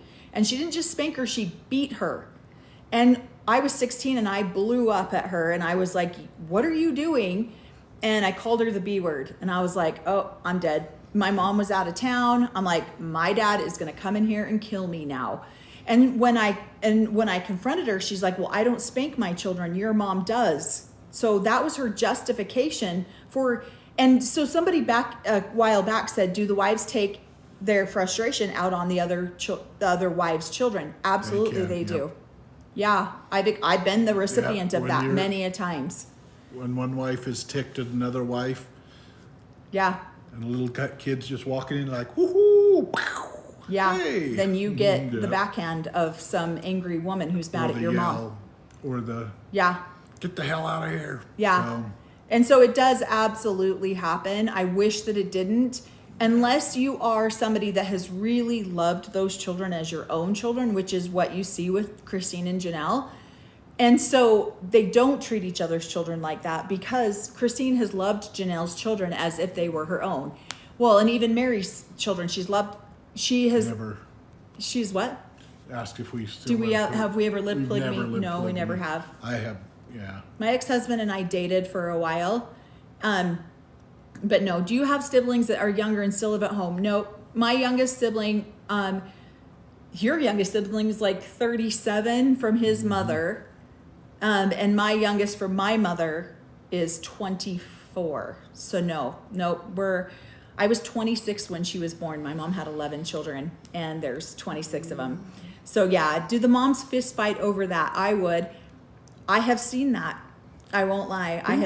I have seen mothers physically fight each other. It's not pretty. I've seen a mother take a whole bag of flour to the face. It was awesome. Oh my gosh.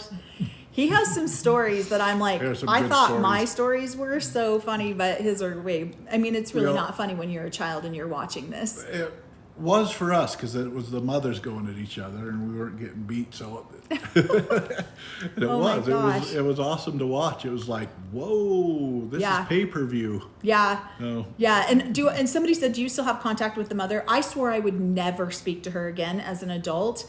And she had a stroke a few years back, and it changed her completely. Oh, I want to get to that question. It changed her completely. And the last time I saw her, she was so sweet to me that I had compassion in my heart for her. Do you know how long Robin's mom was married to her bio dad?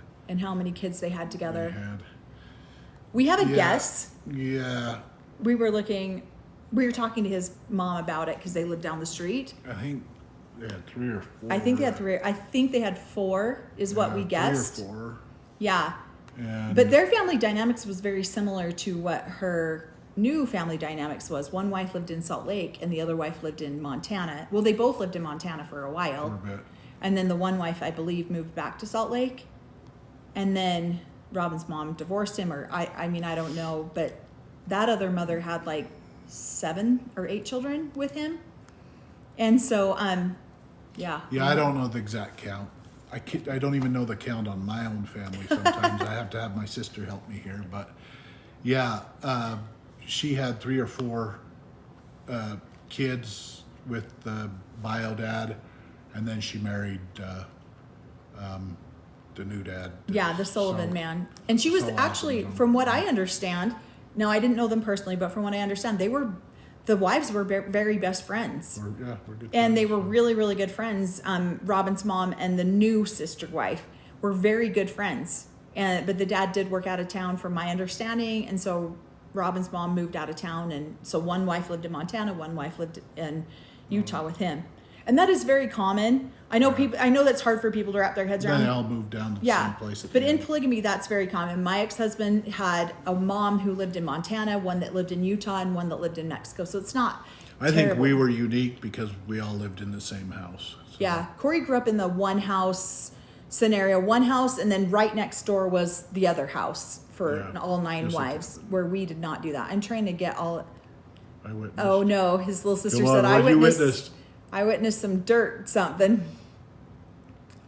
Let's see. I witnessed dirt being thrown into our food one time. Oh, Cory's little sister said that. Because I got some good nutrition. Yeah, some extra protein or nutrients. I don't know. We're going to turn down this light because that looks a little aggressive. Oh, that's so much better. Yeah. My eyes are watering. As the sun goes down, we start to lose the natural lighting. Oh, my son's on here. Hi, son. My youngest just joined here. Did you see that? Yeah. Okay. But did your other mom ask for forgiveness, or is she worried about getting into heaven? No. That's what? your middle kid. Well, my middle. Yeah. I know, but okay. Okay. Yeah, my middle kid. I'm sorry. Stepdaddy Paul, I believe, had his wives in 2 states also. Yeah. Yeah, it's actually a lot more common than people think that it was. Was Robin in a polygamous relationship before Cody? No, I don't believe she was. No, I don't think they ever took another wife. Yeah. So, married to a kid like moi. Yeah. And Cher was. Yeah, the long weekend dates and kissing Cody while in labor and the wedding dress debacle were, red flags. Absolutely. Oh, yeah. Someone pointed out too. Sorry, what do you want to say? She should have stopped all of that at the beginning if she didn't want that behavior going on. That's why. Yeah. Her words and her actions are 2 different things. And that's the red flags, is when the words and the actions are not in alignment with each other. And somebody said on, I can't remember if it was a live or a post, one of the red flags at the very beginning is when Robin would talk over the other wives during the tell-alls or during the couch interviews, as if she had lived polygamy before. That was a huge red flag for me. I think I should have time. Huge. When somebody comes into this situation thinking that they know exactly, they don't know. And they're usually the ones that are unteachable because they already know, so they don't need to learn anything new. What's chaperone? She's lucky she didn't have her bio dad chaperoning her and Cody getting together. So there's some dirt. Yeah, her are y'all related to Cody? No. Nope, just grew up with Christine. I grew up with Christine and Christine and Mary, and I did not know Janelle until she married Cody. And then I met Cody the very first time he ever came out to the AUB, and my parents were friends with his parents, and then Cory grew up with down the street from Robin. That's why Christine said Robin never really lived polygamy. She didn't, because not even in their family. She came into the family as a single wife the whole time. Never lived in the house together. Never. Yeah. Yeah, I don't think she ever did. No, either. she never. Yeah. Anytime someone comes in and they're unteachable, this is the result that you're going to have. Okay, I want to get to that. Subscribers, thank you so much for. Yeah. I find it interesting that Janelle was married to Mary's brother. I'm sure that was bad blood between them. Yeah. I thought that was fascinating too, because I knew Janelle's brother and he was such a nice guy. I actually really liked him. And so I don't think that they parted on bad terms. I think they just realized that they weren't meant to be together. And so I think that's why they separated. Let's see. I want to make sure we really need the bio dad fallout story. It's actually really sad story, and it devastated Cory's family. It actually probably helped our family. In the long run, it probably helped the family, it woke up but our short term, family it devastated to the family. It actually woke up our family to what the AUB truly is and what polygamy truly is. And so that's why there's very few of my dad's children that are a part of the AUB. It basically got everybody in the AUB, or 90% of kids, 95% of the kids to go, this place, we don't want to be a part of this. This place is a joke. See ya. Yeah. So.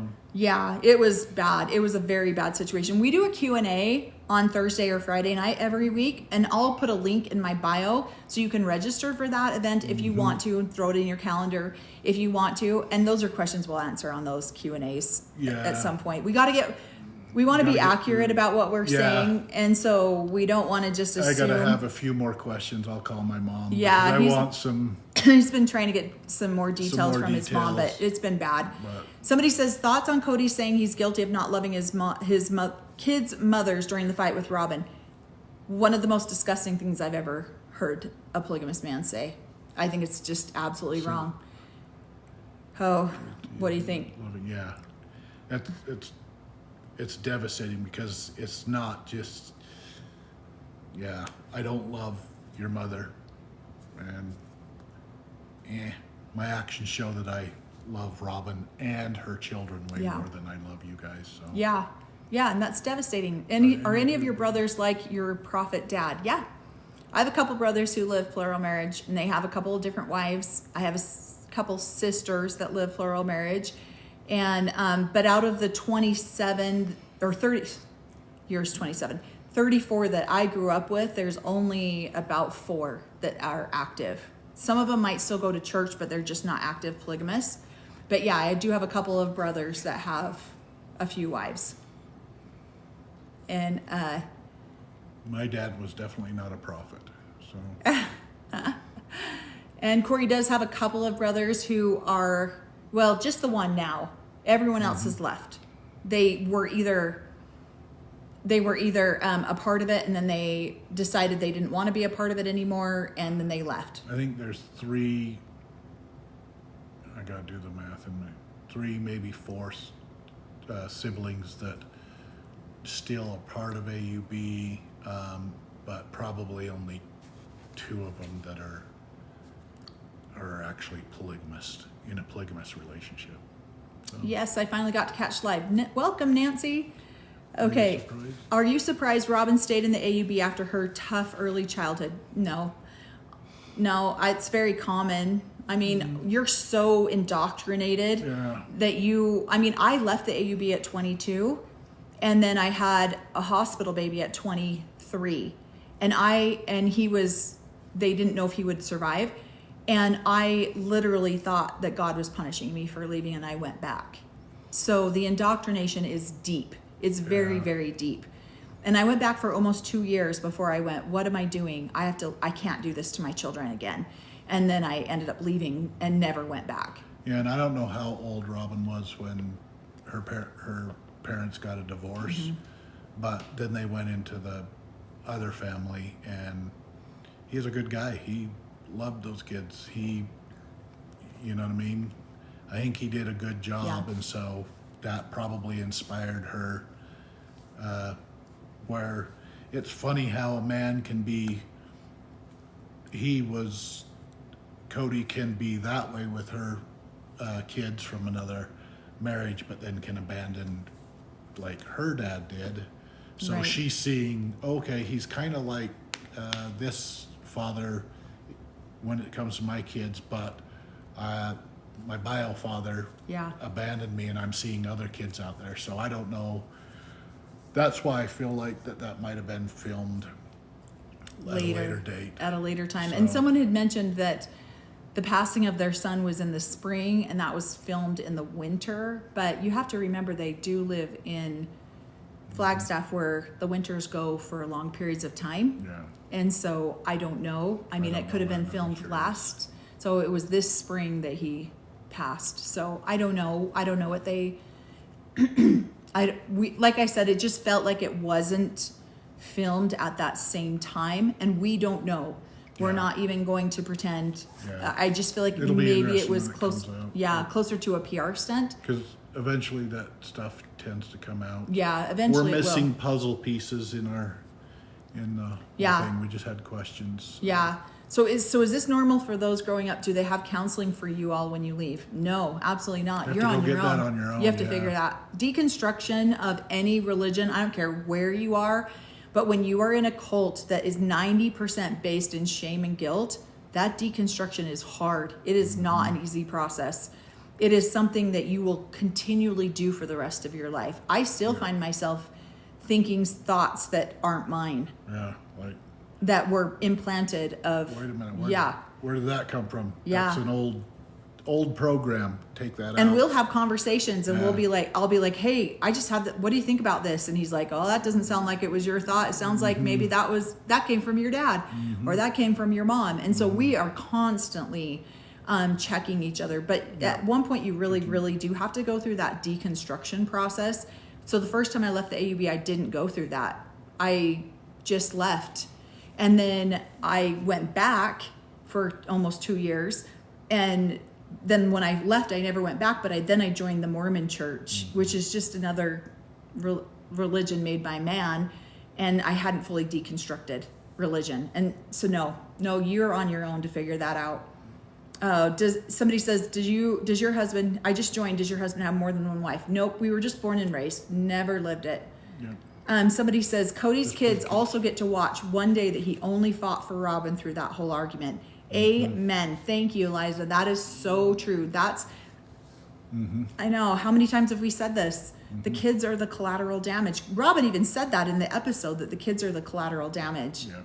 And it's so true. It's so disgusting. Let's see. TLC did a survey, and one of the questions was, do we want to see Robin and his girls find a new church? Yeah. I don't know if they will. So they say you marry someone like your father. Yeah. My first husband was very much like my father. Janelle isn't asking for a divorce, but she says she still believes in the faith and plural marriage. Why? It goes back to that, when you've lived something your entire life and you've born children into it. I mean, it's a deconstruction process that can get hard. So, okay, I think we are going to keep talking for about 10 more minutes, and then we are going to wrap up, but we will have our Q&A. Yeah, I got to get a few more notes and details. I get my paperwork put together so that I can tell my cool story. I think we're going to do the Q&A on Thursday this week because we have something going on Friday night. And so we'll do a Q&A on Thursday. So all of these burning questions, if you guys still have, please feel free to join us on that live. And we would absolutely love to answer any more questions that we can. Because all you young, spry kids that are watching us probably have plans Friday night. Sit around and listen to us talk. Yeah. Let's see. Are you still LDS? No, we actually don't practice any religion right now. We just really practice being good people and teaching our children to be good people. And how are you two related? We're married now. We were never related before. We didn't know each other before. My best friend was married to his brother, and that's how we got together. And that's how we met. And so is Christine's dad still in the face? My understanding is yes, but I don't know. Christine's dad's such a good guy. Always loved him. Did either of you get counseling after you left? Tons and tons and tons of hours. We still do. We still do. I don't typically go a full year without seeing some sort of healing modality of one way or another. It is something that we will absolutely do. And I'm sorry we're not going to be able to get through all these questions. And this is one of our bigger lives. So thank you, everybody. Yeah, thanks. Let's see. Same. She's gorgeous and is going to meet a man that will treat her well. Yeah, I agree. I really believe those women are, I know they're in their 50s now, but their life, I feel like, is getting started at a whole different level that they didn't even know. Yeah. Let's not mock those 50s. Yeah, 50s are 50s awesome. is the new 30s, right? That's right. We're just starting to get, we're back in our teenage years or our dating, because he's 53 and I just turned 50 a couple months ago, and so young. Yeah, we're just babes. Yeah. We're just getting started. That's right. And we're almost empty nesters. Our baby is 17, and so traveling, enjoying the world, going seeing the grandbabies. Yeah, grandbabies out east, grandbabies. We have a daughter in Florida who got married recently. And she's moving from Florida to North Carolina. So I'm like, really, just all the way in all the hurricane paths, huh? But she'll be, I'm sure, having children soon. So we'll be. I'm excited. Yeah. I don't know what's up with North Carolina lately, but it sure seems like a lot of people are moving out there. And she just bought some land out there, and I love it. Do your relatives that you mentioned that live plural marriage do a better job managing it better than Cody? I don't think anybody manages it very well. It's hard. I don't. Yeah, I don't know. I mean, I've heard. Well, they're still together, so that's might be a plus, and they're not on TV. Yeah, so that's a bonus. Is they didn't expose their family to all of the harsh criticism and just the world. Like they are not. It's a tough lifestyle. Yeah. So there, but I have heard Oh, she's out there too. Oh, Cory's sister moved out to North Carolina too. Oh, nice. You didn't even know that, huh? Yeah. Her daughter is moving out there. She's starting to build a house out there right now. But yeah, it's hard. Like, I've even heard some stories about one of my brothers that was tough. Like, I love both of his wives. They are amazing and they have been wonderful. But, you know, the one wife had an issue and she wanted him to stay with her that night when it was the other wife's night. And so these are just little catty little things that will happen. Were you surprised when your dad became the leader of the AUB? Was he next in line by age? From Ella. Yeah, not by age. It's not by age. It's by when you were called to be a 12 apostle. So in the AUB, it's very similar to the LDS church where you have the prophet or the man in charge, and then you've got the 12 apostles. And so this is one of the reasons I decided to start speaking out. My dad was called to be one of those 12 apostles when I was 19. And that's really when I started to have my first real crisis. Well, when I was 18 and my ex-husband decided to start dating a 16-year-old is when I had my very first crisis of faith. And then when my dad became the prophet or an apostle was a huge crisis of faith for me. And I really had to go in there and work through a lot of those crises of faith. So then fast forward to 2 years ago I'm one of the oldest of my dad's children. So now 2 years ago, he becomes the prophet. And now all the younger children are now going through those crises of faith where I already had to go through that when he was made an apostle. Right. And I'm not saying that my dad is a horrible man. That's not at all what I'm saying. It's just, he's human and he does human things. And I have a hard time believing that there's anyone on this planet that would come between me and my maker. And when you want to step into that role and tell me that the only way to get back to heaven is through you, then that's where I take a little bit of issue. And so now some of my siblings get to go through some of that crisis of faith. So they've been speaking out about their deconstruction process. And so I think deconstructing your religious beliefs is a different step than a crisis of faith. Thank you, Kelly, so much. A crisis of faith will lead you into the deconstruction process if you allow it to. If not, you'll just fix that crisis of faith and then move to another crisis of faith and then move to another one until you decide to deconstruct religion altogether. And I feel like that's what I've had to do. Would you say that that's what you've had to do? Yeah. Yeah, I was luckier because I not only at one point in my life just said, yeah, I'm not going to thank you, Pamela. Live this way. But then I did so many bad things against the religious teachings that then when I left, they handed me a piece of paper saying that I was never welcome back. And I'm like, sweet. He literally got... Never coming back. He literally got a document signed by the prophet at the time, a bunch of them that said, your name will be removed from the book of the Lamb of God. You no longer have a place. Get out. Yeah. So there was no smoke coming out of the chimney when he became prophet? No, nothing like that. And so how it's supposed to go, but I've said this in every one of my lives, and I will forever say this, the AUB makes up the rules as they go along, and it depends on your last name, and it depends on who you are and how much tithing you pay. And so each prophet tends to make up the rules as they go. And so how it was originally designed, from my understanding, is it's the most senior member of the council. So if there's 12 members, whoever is the most senior member, not in age, just in standing, is the next prophet. But that's been mixed up in the last couple of prophets. And the last prophet that died gave a really bad prophecy the day he died. And he said, that's not funny, sorry. He said, I will not die today. And then he died an hour and a half later. So we didn't get assigned. So he didn't assign a predecessor. And so then my dad was... So they had to get together and kind of go, oh, who's next senior? Yeah, and then my dad was the most senior in the position. Was Mary's mom as awesome as she seemed on TV? Loved Grandma Bonnie. She was. I loved her. She actually, she took me under her wing for quite a while, and I actually really loved her. Do any of these women ever think, ooh, I don't want sloppy seconds, thirds, fourth, or fifth? Yep. Yeah. Well, being a child, and my dad would leave, and he'd go, thank you so much, Pamela. He would leave and he'd go kiss each one of the wives before he left. And I was like, God, I'd hate to be at the end of that chain. Isn't that, okay, that might be too much. Sorry. We'll move it up the line. You're like, can you wash your mouth before you kiss me, please? All right, let's see if we can get a couple of more questions. How good at laughing. I know, sorry. Sometimes we can be a little bit blunt about things.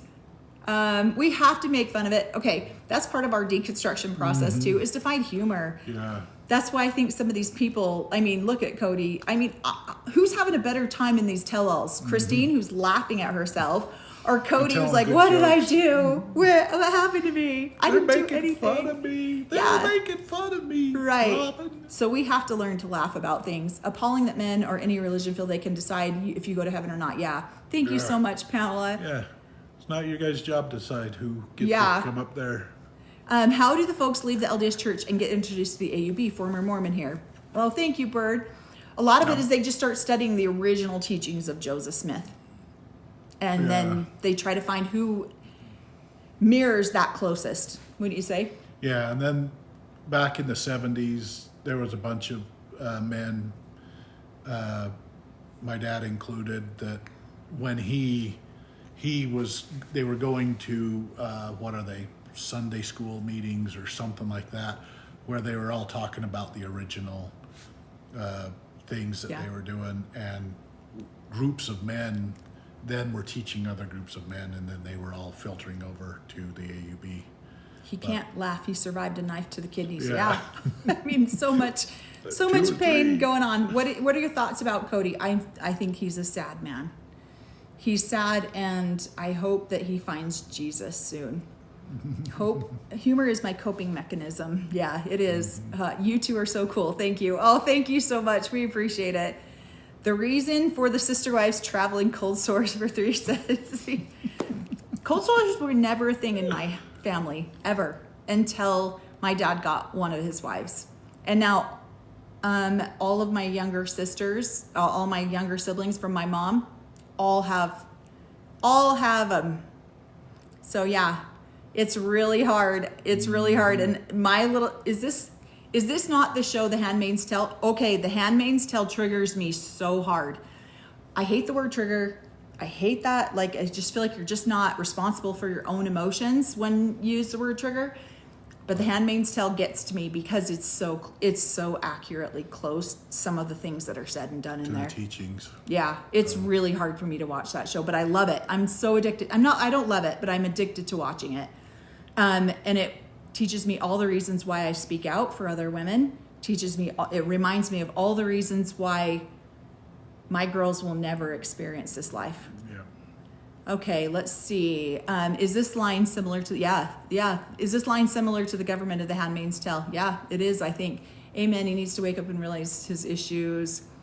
I swiped back to the live because I thought you were Robin for a minute. Oh no, I've been told that a few times. I've been told I look like Princess Kate. I've been told I look like Robin. Like, what the heck? Are you related to the LeBarons? No, my parents were converted from the LDS church into the group, into the AUB. Thank you, Pamela, and Cory's were too. Thank you so much. And so we're not related to really anyone. Well, okay, my mom corrected me on that last one. There is I can't remember, is it Alyssa Wall? She actually sued or filed charges against Warren Jeffs and Warren Jeffs was convicted on her behalf of child molestation. We are actually related to them. And so I can't think of what her name is. I'm so sorry. My mom's probably watching and going, oh my gosh, you're killing me, kid. Do you have a video on why you all left the cult? I actually do. I started the podcast on it. Yeah, it's deconstructing faith. We have not done one together. We actually just started doing this together last week. So we're brand new at this. We've never done this before. So we're just making it up as we go. Alyssa Wall. Yep, thank you. Alyssa Wall. Yeah, so we're related to her through my mom's side of the family, but the rest of us we're not related. Have any polygamous wives successfully sued their husbands? You're about to find out. I hope so. I hope so. We're about to see a lot of that. we're about to see some of that, I really hope. Let's see. It's probably just the brown hair though. Thanks. And my sparkling personality makes me look just like Robin. No way, she does not look like Robin. Thank you. Do you know converts that came from England? Yeah, I do. I know a lot of them that came from England. When they very first started converting from England and came into Utah, my family was the one that hosted them. And so, yeah, I know quite a few of them. Wonderful people. I absolutely love most of them. Thanks for doing this. I'm ex-Mo, and it's hard seeing my sisters struggle with their eternal polygamy. Yeah, it's hard, huh? You're much better looking than Robin. Thank you. Gosh, the very first episode, Cory got all the compliments. Like he was like a Metallica band member and all this other stuff. Metallica. What's sister called me? I know. I only know him as Negan off of Walking Dead. I can't remember what his full name is, but yeah. Please watch the whole show one time, but you have to watch Big Love. Yeah, we've watched Big Love. Big Love is actually rumored to be based around my family, my dad. So, yeah. She doesn't look like Robin. It'd make me sick to my stomach. Pamela, thanks, love. Thank you so much, Pamela. You are so sweet to us. Let's see. Do you don't have Robin's cry face? Thanks. Jeffrey Dean Morgan. Do. Jeffrey Dean Morgan is going to be ingrained into my brain. Our very first live we ever did, somebody come on here and they said that, and oh my gosh, he was going to. In my head. Yeah, his head. You want to see an ex-polygamous ego? He was like, "Oh my God, movie star." I'm a movie. Yeah, it's so funny. Okay, Yep, she is gorgeous. Oh, thank you. Let's see, totally different eyebrows. Well, thank you. I did do the overplucking in the 90s, though, or the 2000s. Okay, let's see. She plucks mine down, too. It's unibrow. It's so hard deconstructing. Deconstructing, I think people who go into deconstruction process are some of the most courageous, brave people I've ever known in my entire life, because it's not an easy task, and it's a lot of work, and you have to be dedicated to yourself and love yourself enough to do it. Yeah, it's easier just to believe the crap that you were raised on. So, and just trust in somebody else. Yeah, so. Yeah. Deconstructing is not for the faint of heart. So, Carolyn, I was FLDS under Warren Jeffs. Oh, I'm so sorry. Yeah, I hope Christine soon Cody will give others a voice. Yeah, me too. I did it with my ex-husband 25 years ago, and I won. The only thing I fought for in my divorce, I wasn't legally married, I was only spiritually married, and the only thing I fought for was full custody of my children, and I got that. And so it was absolutely worth every hard moment and every emotional cry. Hi, Cory. Markers. Oh, I don't know who that is. We're going to have to look you up, Marker. I don't know who you are. Yeah. Sorry, I got to get my glasses on. Markers who? Marker J65. Hello. Yeah, so many. If you know me. Yes. Tell me who you are. So many AUB members get on here, or ex-members, or people that we grew up with. Yep. There you go. Yeah, you can tell we talk the same even. And so we tend to, people have reached out to me a lot. Are we close to the 6 o'clock mark? Okay, we are. So we are going to wrap this up, because sometimes we will literally go on for hours, because it was our life and it's easy to talk about. It's not always easy to talk about, but sometimes it's easy to make, is it, okay, one more question, just because it's a really good question. Is it common for a man to abandon his family for his favorite wife? Yes, very much so. Sometimes it depends on how it is, but a lot of times they will get a favorite wife. Yeah. And then they just spend that time, and the other wives get exhausted. And so, Yeah. And finally end up leaving just like this. So that is a pattern. It's not always the pattern. It's hard to watch. But there are some where they just get tired of the polygamy life. They stick with one wife. And the hard part about it is that you're seeing this one on national television. If they had not been on national television, those women would have probably stayed with him and been miserable for the rest of their lives. And my mom is probably watching, and I love you, Mom, to death, but my mom is 70 and finally leaving my dad after we have begged her for years because she lived under those same circumstances. And her children just did not want that for her. And we didn't want to see her be that miserable. And so if they had not done this show, these women would have probably just stayed with him and tolerated that kind of treatment because their eternal salvation was literally on the line. And so they'll stay and they'll tolerate it when they shouldn't stay. So they should get out. And we probably should have said this at the beginning. We're looking for more subscribers. Subscribe. Yeah. I'm always trying to answer the questions of the subscribers. Yeah, we get so many questions. So many questions. Like one live, I think we had well over 1,000 questions, and we want to get to all of your questions. So we actually started the subscription and then did it the lowest price TikTok would let us, just so we can try to filter and get and answer, as many questions as we can, but we'll prioritize those. Just because we really do want to get to all your questions. Yeah, it helps us because they pop up here for our subscribers. Yeah, so then we can see you and try to get to your questions the most. But yeah, so I'm going to create an event for Thursday and bring all your polygamy questions. We are watching. Oh, thank you, Pamela. Yeah. And we will be watching. Bye, Katie. Cory's little sister, Katie. We are watching Big Love again, and so we will have that. Oh, thank you so much, RM. Thanks. Thank you. Yep. And so any questions you have about any polygamy, anything, if we know them, we will absolutely answer them. And that will be Thursday night of this week. Go ahead. Did Robin wear a purple hat for a reason? It's her favorite color. It happens to be my favorite color too. But it's was my favorite color my whole life. Now I'm like questioning my choices. No, I'm just kidding. But yeah, so watch for that event. I'll go ahead and throw it in my bio. You can go ahead and register. We always get dozens and dozens and dozens of people signing up, which is awesome. It really it makes us feel like what we're doing is hopefully making a difference. So we really do appreciate that. And then also this will go up on YouTube unedited. We just put it on there exactly the way that we did it. Oh, thank you so much, Pumpkin. Pumpkin just subscribed to us. I appreciate it. Thank you. So I'll just put this up on YouTube live. So if you ever want to go back and rewatch it and maybe catch some of the questions, the only bad thing about YouTube is you just don't get all the questions. But yeah. That's why we learned that the first couple times. We're trying to read out the questions. Yeah. So as we're brand new at this. We only started this last 2 weeks ago. So we appreciate it. But yeah. My podcast is called Notes to Self 444. Yeah. All right. So, feel free to join us. Thank you guys so much for joining us. We had an all-time high on the live tonight, so we really appreciate it. We hope everyone has we did.